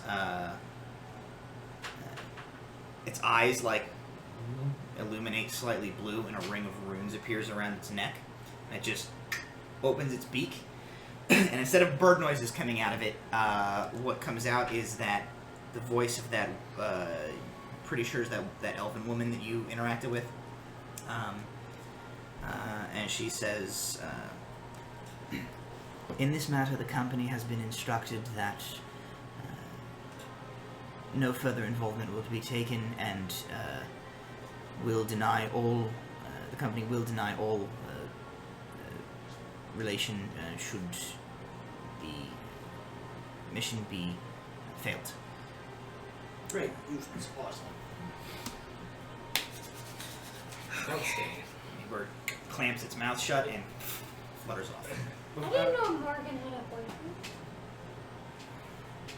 Do you know how birds work? I will say, like, the concept of messenger sparrows is not something that should be foreign to you. Various organizations have their own, like, breeds of them, but that is a pretty standard way of transmitting, like, short messages over long distances, is these specially bred, like, arcane and, like, magical bloodline birds that transmit these messages. Okay, I can assist by throwing either a silent image as a concentration spell. It only lasts 10 minutes. So I can put 2 things on the ground that are glowy rune dudes. One of which says one of which is an arrow pointing here at us. The other one is the name of the play, which is No More. So there's 2 5-foot squares with glowing runes on the ground that last for up to an hour each. Okay. I always like to point out that before arriving, I stopped back at the house to pick up the bullshit dagger. Bullshit dagger acquired. Fair enough. Aha! Perfect time to use it. Aha. Stanfield is kind of here. He says, "What shall I do, sir?" You put this on. I hand him like a jester costume. Oh dear.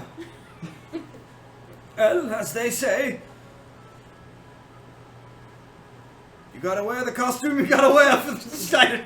It could be worse. I did never get to be part of the theater. I don't know what sayings they Could be have. worse. You could have been in this one. I pull it out just like a horse's ass. Could have been this So one. he kind of goes off. I don't know, behind the fantasy AAA, I suppose. I don't know where you guys are changing. So Nula and Kel, as you guys like make your appearance, you see like Walter is setting up his thing, Brahm is doing whatever he's doing, Alar is like practicing some illusion-y stuff for it, and Stanfield is just kind of like standing there. He has like poof, brightly colored like poof shoulders and like leggings, like poof leggings with tights. He has very like the skinniest little chicken boy legs you've ever seen. His old man frame, but he looks like he looks like he's jazzed to be like out and about and having a time, having an adventure. Looking sharp, Stanfield. Hey! I'm sorry, sir. I don't know why I did that. This outfit just has me feeling frivolous. I like it. Roll with that, Stanfield. Follow your impulses. He like twinkles his toes a little bit in his like curved shoes with the bells on. And like, I think it was like, okay, follow your impulses, and then Stanfield's just like, okay, not all of your impulses. Stanfield makes a burger. No, he's still like a dignified older gentleman, but he seems like he's just having a time. I just imagine him like Michael Caine. Yeah. Like, utterly ridiculous, but also, like, very dignified. I wish that my Michael Caine impersonation was better, Master Wayne. There was an orc the size of a tangerine. Well, you know what? Alright. Maybe Stanfield's gonna have Michael Caine's accent from now on. I will practice that between this week and next week, and we'll make that canon. I'm gonna write a note here. Okay. This experience awakens something inside of him. All right, and so Ronnie, wanted to make you feel better. I burnt that recipe. what is the use of all them push-ups if you can't even lift a bloody log? Alright, so Fantasy Michael Caine is in his outfit. You're in between the Fantasy AAA and the burrito stand. Your Gnome Wars shit is ready to go. And a pretty respectable group of people are like kind of milling about the area. You see the guards by the gates are kind of like a little confused by like what are all these people doing here? So they're kind of like looking around. Especially as the lights start to dim, as it gets later in the afternoon, I will be using dancing lights to, like, Okay. definitely, Spotlights. like, just Who like are the guards by spotlights, the yes. gate? They actually, as it turns out, you thought they were guards. It turns out that they're short-staffed today, and it's just 2 mannequins. That makes it better for us. I'm just picturing Nula going, running up to them and going, Is that Eldon?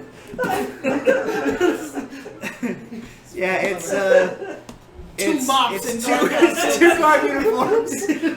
One of them turns out to be like a cantaloupe under the With the dog in a bucket on hat. his head. yeah, and It's a the dog in a hat. it's 2 mannequins. There are no guards here. You can't talk to them. Yeah. Awesome. Except for This us. is the worst city defense I've seen in my life. Your It's fanfic, her I fanfic will- shaming is working out in our favor. I roll a 19 on stealth. I edge up toward the cantaloupe one and quickly slice off a bit. So I there is move now a with you with the cantaloupe. group. He's eating a cantaloupe, and you guys look over. Well, and just the a one, cantaloupe The one size. fake guard has like a Yeah. like a smiley face carved into it. What? There are so there's mannequin guards. There's a group of people kind of milling about, everybody's being like attracted in by your display here, and at the appropriate time, you guys kind of look off into the distance. There's steady-ish traffic kind of up and down this road as some carts and things come. It's not like it's like you just wait and then the one cart that day that comes. This isn't suspicious at all. You do see there is the cart is like, or the wagon, I should say. I guess like a coach would be the more appropriate title for it. It's drawn by 2 horses, operated by 2 drivers. It is, it's like basically like a solid, like in Red Dead when you do like stagecoach heists. It's not like a covered wagon so much as it's like kind of a solid carriage drawn by these horses with like a secure like vault door type of thing built into the back of it. It has been painted blue with like golds outlining, which are the company colors of this like trading house that is essentially being used as a front to transport this item, from what you were told. You see them kind of come in. There's been a little bit of a lull. They're the first wagon you see for a while, and behind them, there's like some kind of people are like on foot, and there are a few more wagons coming in behind them. So you see like the beginnings, if you can work it out right, you see what is the beginnings of like a decent traffic jam that you think you might be able to create here between these like couple of incoming carts and wagons and like foot traffic. So as what's the road made out of? It's just like a paved, not paved, Gravel. like sort of like a crushed stone type of deal. So it's packed pretty good, but reasonably Packed pretty good. It is theoretically mold earthable. A little abracadabra my shovel and pop a little hole in the ground as they are just about to pass over it. So it doesn't injure the horse, but like kind of pop maybe like a 2-foot deep hole. You'll just kind of Under their wagon there? Under their wagon, Okay. like the first wheel. Like just try Alright. to time it so it's... Okay, so we'll resolve that in a second, and at this point it would be time for like the play to start. So what are you guys doing here? What's the grand distraction you Okay, guys so we're gonna roll out a wagon into the middle of the road. Where did you get a wagon? He hits the burrito Push the wagon. burrito wagon. Okay. Well, we could have gotten our wagon. The burrito guy's like, "Hi, this is my wagon. What are you doing?" I'll flip him a gold. Like, we're just gonna borrow. Okay, thanks. I'm seeing burritos. So it's like in the middle of the road. All right, so you push the burrito wagon into the middle of the road. I stand up on top of it. I have like a big robe covering me. Okay. Ladies and gentlemen, welcome to this evening's performance. Perhaps you may have heard our grassroots campaign. Our players have been traveling around the town. Famously, we attended Her Royal Highness's birthday party. We did a grassroots campaign there. So I hope you heard us. I'm glad you're here. So, I'm going to need a few things before we begin. The first thing, from the audience, I'm going to need a male name that starts with the letter R. I'm gonna dancing lights, and I'm gonna have one over him, and then whoever like speaks up in the audience. Okay. So a voice calls out, "Barry!" Okay, it doesn't start with an R. And, but like we're the gonna- light goes over him, and everybody's like, "Steven." He's like, "Yeah, it's Steven." God damn it, Stephen! Barry! Okay, fine, we'll go with Barry. God damn it, Stephen. The second thing I need from a different There's like member of the audience. people in the audience have like begun to move away from him. I need a season of the year that you love. Summer. Okay. Aelard then melts back Okay. into the crowd. A season of the year that you hate. Summer. Okay, thank you, jerkface McGee in the back. Last two things, I need a creature. One guy in the crowd is like, "Oi! I was told this was gonna be a show, not a pop quiz. Get it on with. Okay, so we'll go with asshole.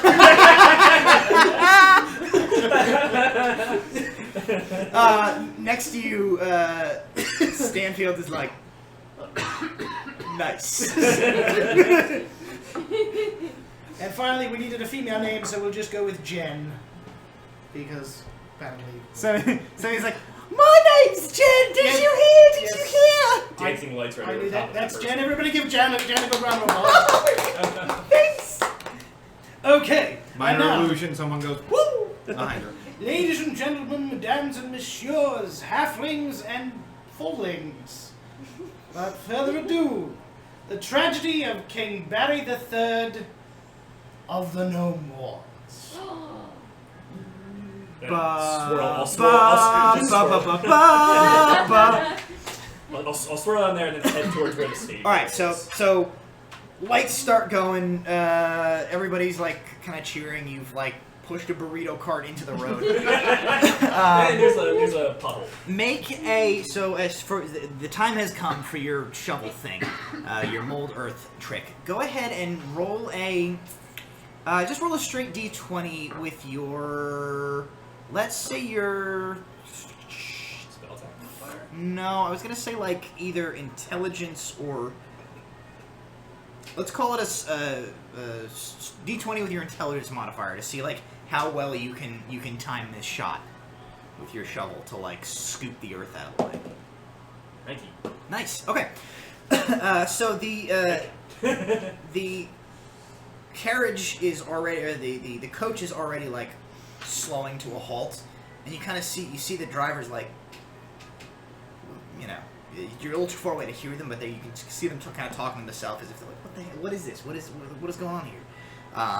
And right as they you kind of like time it, and right behind the hooves of the two horses, you like cast this spell, and just a big like furrow of the road just goes like back, and the back wheel of the coach just like drops into it, and there is a pretty audible like crack, and you look, the carriage is like at an angle, and the wheel doesn't look like it's attached properly anymore. So Immediately you fairly well message broke the. at Baylor saying, if you can unlock that real fast, that would be great. I cast a invisible mage hand because an arcane Okay. trickster can do so, and I start attempting to unlock the. Alrighty, make a. Where are you standing in relation to like where this So- like where the cart is? If this is... You guys, we can lay this out if you guys want to lay all this out. on do you have like battle. a grid paper or... I have an enormous grid. We just need to move your characters, and we will we'll plot it out on the map here. So, watch your Whoops. Over there. Take this away and go ahead and shove that. Okay, shove that so- map up there. This is a hole. Okay. Yes, that's too big for a hole. So this is a cart. Alright. That's a really big cart. This is a cart. Yeah, that's right there. Which cart? Can I get 2 of these? Yep. Great. So this is the cart. This is the horse. We put the cart before the horse. It's fine. I will be off to this. This is our burrito thing. This is So our right now our you, burrito thing. You guys So you were. missed the camera like real hard with this whole setup. There you go. I need 6. Oh, Alright, to so be able to stand on this. this is this is the AAA stand. Okay. Fantasy I AAA. am behind AAA stand, which is still enough range. He is here. I believe ALR would probably also be. What's your range? My range is 30 feet, so place me closer to the back. Of You need to physically be able to see the back of that Yeah. cart to be mage handed. So I moved more after I added to that. I made a point to move more toward the thing, and basically I'm. Okay. Alright, so we have our. Oh, AAA, here's There's 2 guys on the horse. Actually, 1 guy on the horse, 1 guy on the carriage, I guess. 2 guys on the Okay, carriage. use this guy for Stanfield. He can be somewhere. Oh, that person died. Oh. And you There's want a me to unicorn roll for no reason. something? I want you to roll a sleight of hand check to try and unlock the back of this thing. Kel like peeks out of the curtain. He sees the unicorn. He's like, he came. The unicorn is like, hey, I believe in you guys. Okay, so that is a 24. Okay. All right, so Brahm, you're up there. Make a performance check to see how big of a distraction you're making. You can roll with advantage. Stanfield can assist you if you want him to be like doing something as part of this play. 18 plus, I think, 6. Okay. Yeah. Plus 6. Yeah. Alrighty, so So, and I throw off my cloak and I have like a ridiculous like Shakespearean like puffy pants and like that weird collar thing. the crowd goes, and Jen from before goes, woo! I'm gonna, one more time, I'm gonna pop the dancing lights up because they only last like 10 minutes, and I'm gonna have them like just circle Okay. above his head. Our story begins in the throes of war. It is a terrible war, and the evil gnomes have invaded. Gesture to stage left. Kel appears. And I He's guess wearing- I'll move one. He's wearing a tiny demon costume. He's like, got like one time, I was like, yes, the gnomes are terrible. Boo! Yes. This seems racist. Shut up, we're getting there. I will use prestidigitation to just like sparks, little Okay. flames, that kind of thing. These were not ordinary gnomes. My qualms about the racism have been quelled because it's very visually entertaining. These were not normal gnomes that you may know. These were douchebag gnomes that nobody liked. They're a special breed. They come from the mountains of douche. douche mountain. All right. So meanwhile, So you it's guys, not racist. They're you just guys hear West. like you guys hear it like it might have started on the rails as the setup, but it like very quickly has gone off them. You hear Brahm still like creating quite the spectacle. He's vamping. Alar, your mage hand fumbles a little bit for a moment. It's a little bit difficult to do this from like a distance, so it like takes you longer than you would like as you're like. But after like 15-20 seconds, you hear. You don't hear. You're too far away. You do see. I don't know. I don't know how like if you have like tactile sensory through the mage hand, or if it acts like autonomously on your command. I don't know. We'll say you can like feel through the mage hand as if it was like your own appendage. You feel the like of the lock on the back of this wagon unclick. Nice. I'm going to, I just nod over at Walter. I'm going to sneak over and try to misty step into the hopefully now open door. So the door itself is like, it's like this. It's not like a people door. It's like a loading door that you would like put stuff into like the compartment in the back of this. So you're not gonna be able to like. I don't need to go. Also, into the door is still closed. Okay. It's unlocked, but it's still closed. So I will misty step to the back of the. Alrighty, make a stealth check as you do that.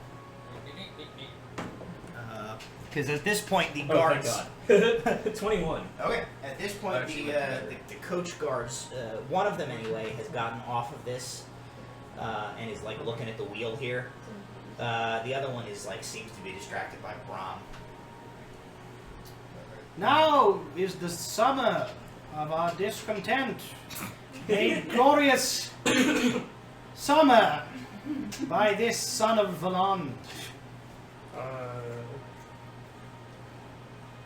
I will also remove the devil costume and be wearing similar Shakespearean clothes. Okay. Our story starts with Captain Clarence Nobleson, who is very close friends with King Barry III, before the event drove our peoples apart and sent 2 friends to war. Okay.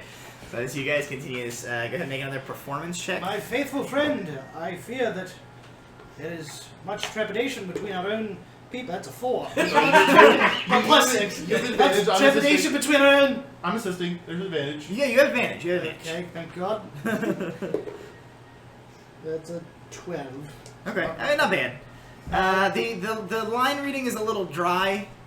As much There trepidation are no lines to read. It's just bad. between 2 houses, and I fear that soon it may come to war. Angler's going to start sweeping around the crowd to get toward the other side where the guard is. Okay. Make a perception check as you do that, and you are at the back of the coach. Yes, I am going to gently open the door Okay. and see what I can see inside. All right. 20, not natural. Okay. Inside the door, you see a handful of things, all in pretty indistinct boxes. The space inside this wagon is like maybe 3 foot by 4 foot, like of the interior of this, and it's clearly like they're transporting parcels of various sizes. You can make an investigation check to try and find, you know vaguely what you're looking for, or at least the size of it based on the fake that you have to replace it with. Investigation. 20? Okay. So this guard is Oh, like... no, even more. Apparently I have proficiency in that, so like 23. Okay. So this one caravan guard is kind of kneeling, like looking, sort of looking at the wheel, looking at the big divot that's in the ground. Luckily, the like light show and shenanigans from up there is enough that it's like keeping his attention kind of in that direction rather than like the fact that he's now under the wagon. If he were to just like turn his head this way, he would just see your feet behind the wagon like 2 feet from him. So far seems like you have gone unnoticed. You have to like lean the upper part of your body sort of in here to get a good look and like very carefully, quietly try to move some of these things around. And you do find a small parcel in here that looks like it is just about the right size and dimension as like the thing that you're supposed to swap it with. Yes, I'll try to swap it. All right. So as he is doing that, Alar, what you see behind this cart, as you are like making your sweep and you're kind of like keeping an eye or whatever, about 2 carts back, so like another cart has kind of pulled up behind this. The people on that cart definitely see Walter like doing his thing, but they don't seem to think anything of it because like they don't know what's going on, so they're not really paying that much mind. The cart behind them, however, has like also pulled to a stop, and you see one of the drivers on that cart has like stood up on his like coachman's seat, and another one has dismounted. They're both looking directly at the back of this carriage, and the one that has dismounted is like approaching, getting ready to skirt around this, and you see he's like reaching into like his cloak as if for a weapon. Question. Yes. Can I see this? Make a perception check.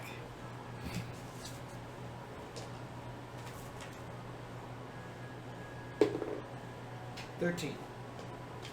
Probably not. There's too many people, and these kind of the bulk of these carts would shield that from your view from here. So Walter, you are in the process of like trying to swap the wrapping of this package with your fake one. Alar, you have seen. How far away is he from He's probably about 35, 40 feet away from the back of this wagon. So he's like dismounted his and is now in the process of like starting to come past the wagon in between you guys. What is the range on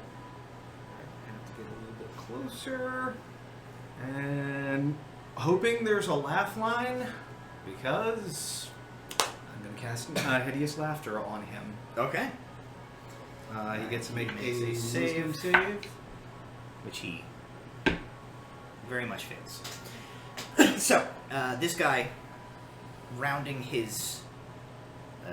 this this other wagon, he I gets just like lean out and I make the strangest face possible. Just and he kind of like he's intently looking at the back of Walter here. You do see he's wearing like nondescript clothing. So like the guys on this were wearing uniforms of Gilwell Acquisitions. He's wearing clothing just like intending to make him look like a So dude on the literally travel. exactly like Walter is dressed with his brown cloak Right. and just Um, not obvious. and he is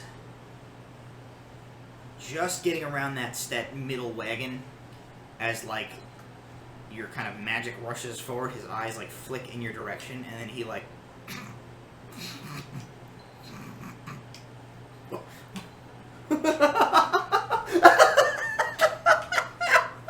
and he just collapses to the ground and is like rolling with laughter on the ground. You see his compatriot there is like, shit! Jumps off the wagon and begins like rushing forward as well.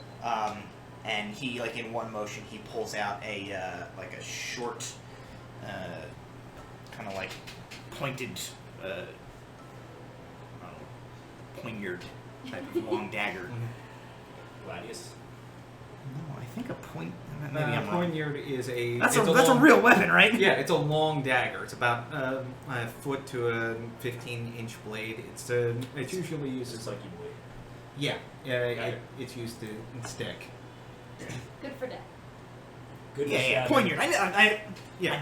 I know my knifeys. It's basically like it has like a handle with like usually like a short kind of hilt, and then it's just like a long thin blade typically. And he like pulls that out and begins rushing forward. So go ahead and make a sleight of hand check. 16. Okay, so you successfully managed to like essentially undo the twine and peel away like a layer of essentially like brown paper that has been wrapped around this box, and you basically lift out like a box that looks exactly like the one that you were given. You set that one aside, swap yours in, replace the paper, and you hear.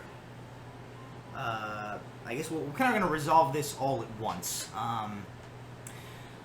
You finish your thing. Alar, the second dude, is now like in the process of rushing past where the first guy is like cackling on the ground toward Walter. And Walter, you hear the laughter and the like rush of a rush of footsteps coming towards you. So basically, everybody like make a move like right now to see what your I'm your going step is going to be. to try and time it and just stumble out in Okay. front of the guy. Just I as if I've am been shoved. immediately. I'm going to try to slam it shut. Yep. Like audibly, and then immediately Misty step back time. Here. Okay. Make a like a melee, like a touch-based attack, essentially. I guess like you could use your dexterity, I'll say, for that, since you're trying to like jump in front of him. You go ahead and make a stealth check as you try to like bounce out of there, and the guy will make a. Okay. I got a 13. Okay. My dex into too far. There we go.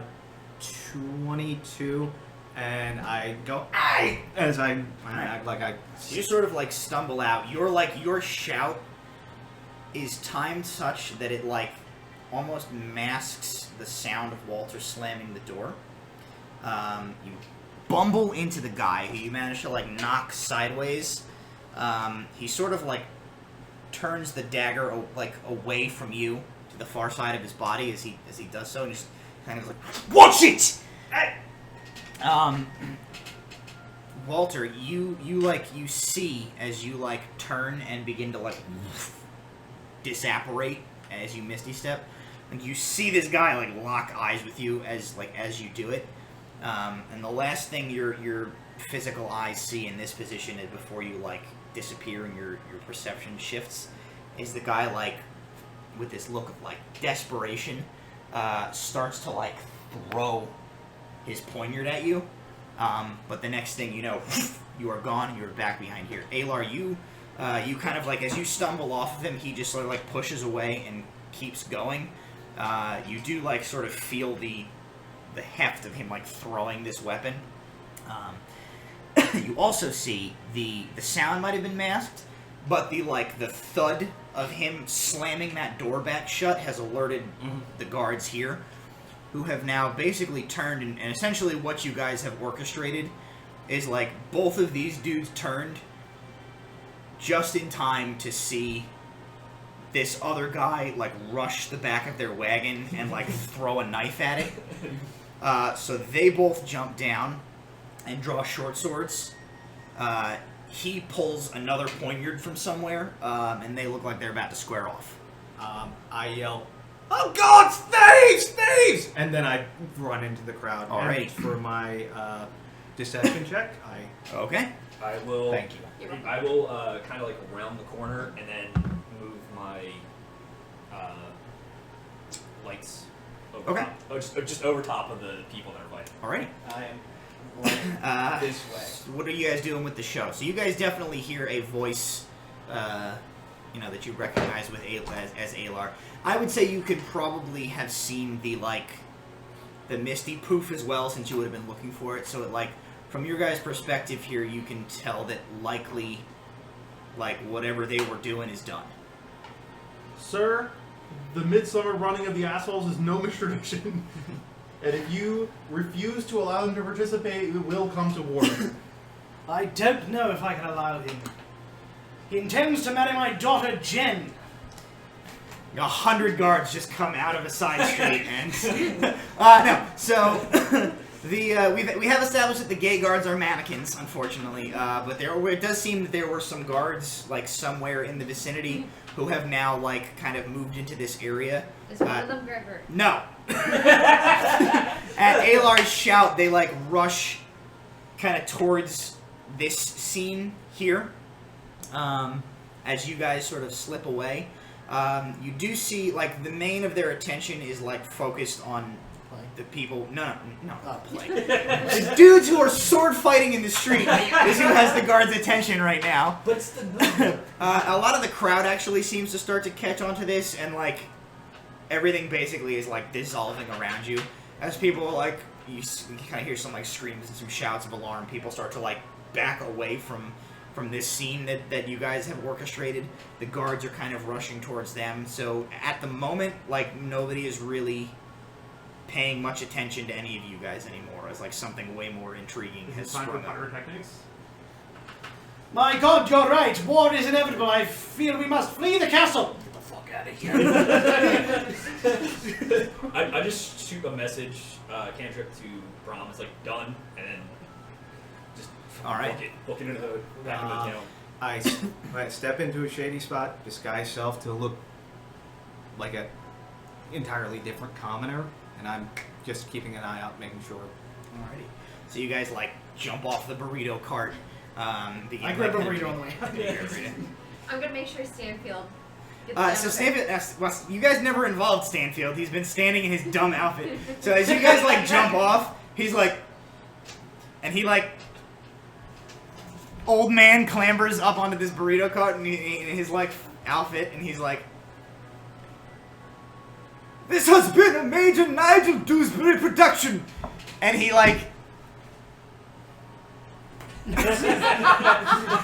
does the weakest heel click, and then clambers down off of the off of the burrito cart. He kind of comes up to you, Neely. He has this huge grin on his face. He's "Oh dear, Beautiful. I'm feeling 83 again." Let us be away, madam. Oh yes. And with that, you guys make your escape back into the city, having successfully pulled off The heist of the century. a wagon heist. And that's a good place to end tonight's episode. 3, 4, 5. Okay, that's everyone. Alright, thank you guys for joining us. I hope you enjoyed our mid-roll ads. Next week is going to be a pre-recorded episode. We're going to try very, very hard to get together. Oh yeah, do your D20 rolls. We're going to try very, very hard to pre-record another, like, canonically... chronologically, I should say, in time episode. So if we manage to do a session between then, we will pre-record an episode so that next Tuesday will be a basically just like the next chapter in the story as the party sets off on their first mission as relic hunters, and we'll launch a new story arc for the campaign. If not, if we can't make that happen, we have already pre-recorded some stuff. We have like some side episode stuff in the chamber for occasions such as this. There will, no question about it, be a Tabletop Legends next week. It just depends on whether or not we can get a regular D&D session pre-recorded, or whether we're going to use one of our filler, like, bottle episode type of deals that we've set up. So if you're still with us in chat, thank you for joining us tonight. I hope you guys enjoyed our session. What they are doing right now is casting their votes for who gets the golden D20 for next session, which is a thing we do that I stole from another proficiency bonus DM, where if somebody does something particularly cool, particularly interesting, has like a great one-liner or something, we cast votes at the end of the session. The audience, you guys, if you want to cast a vote as well, please feel free to do so now. You have a couple of seconds to do that. We take that into account, like in the event of a tie.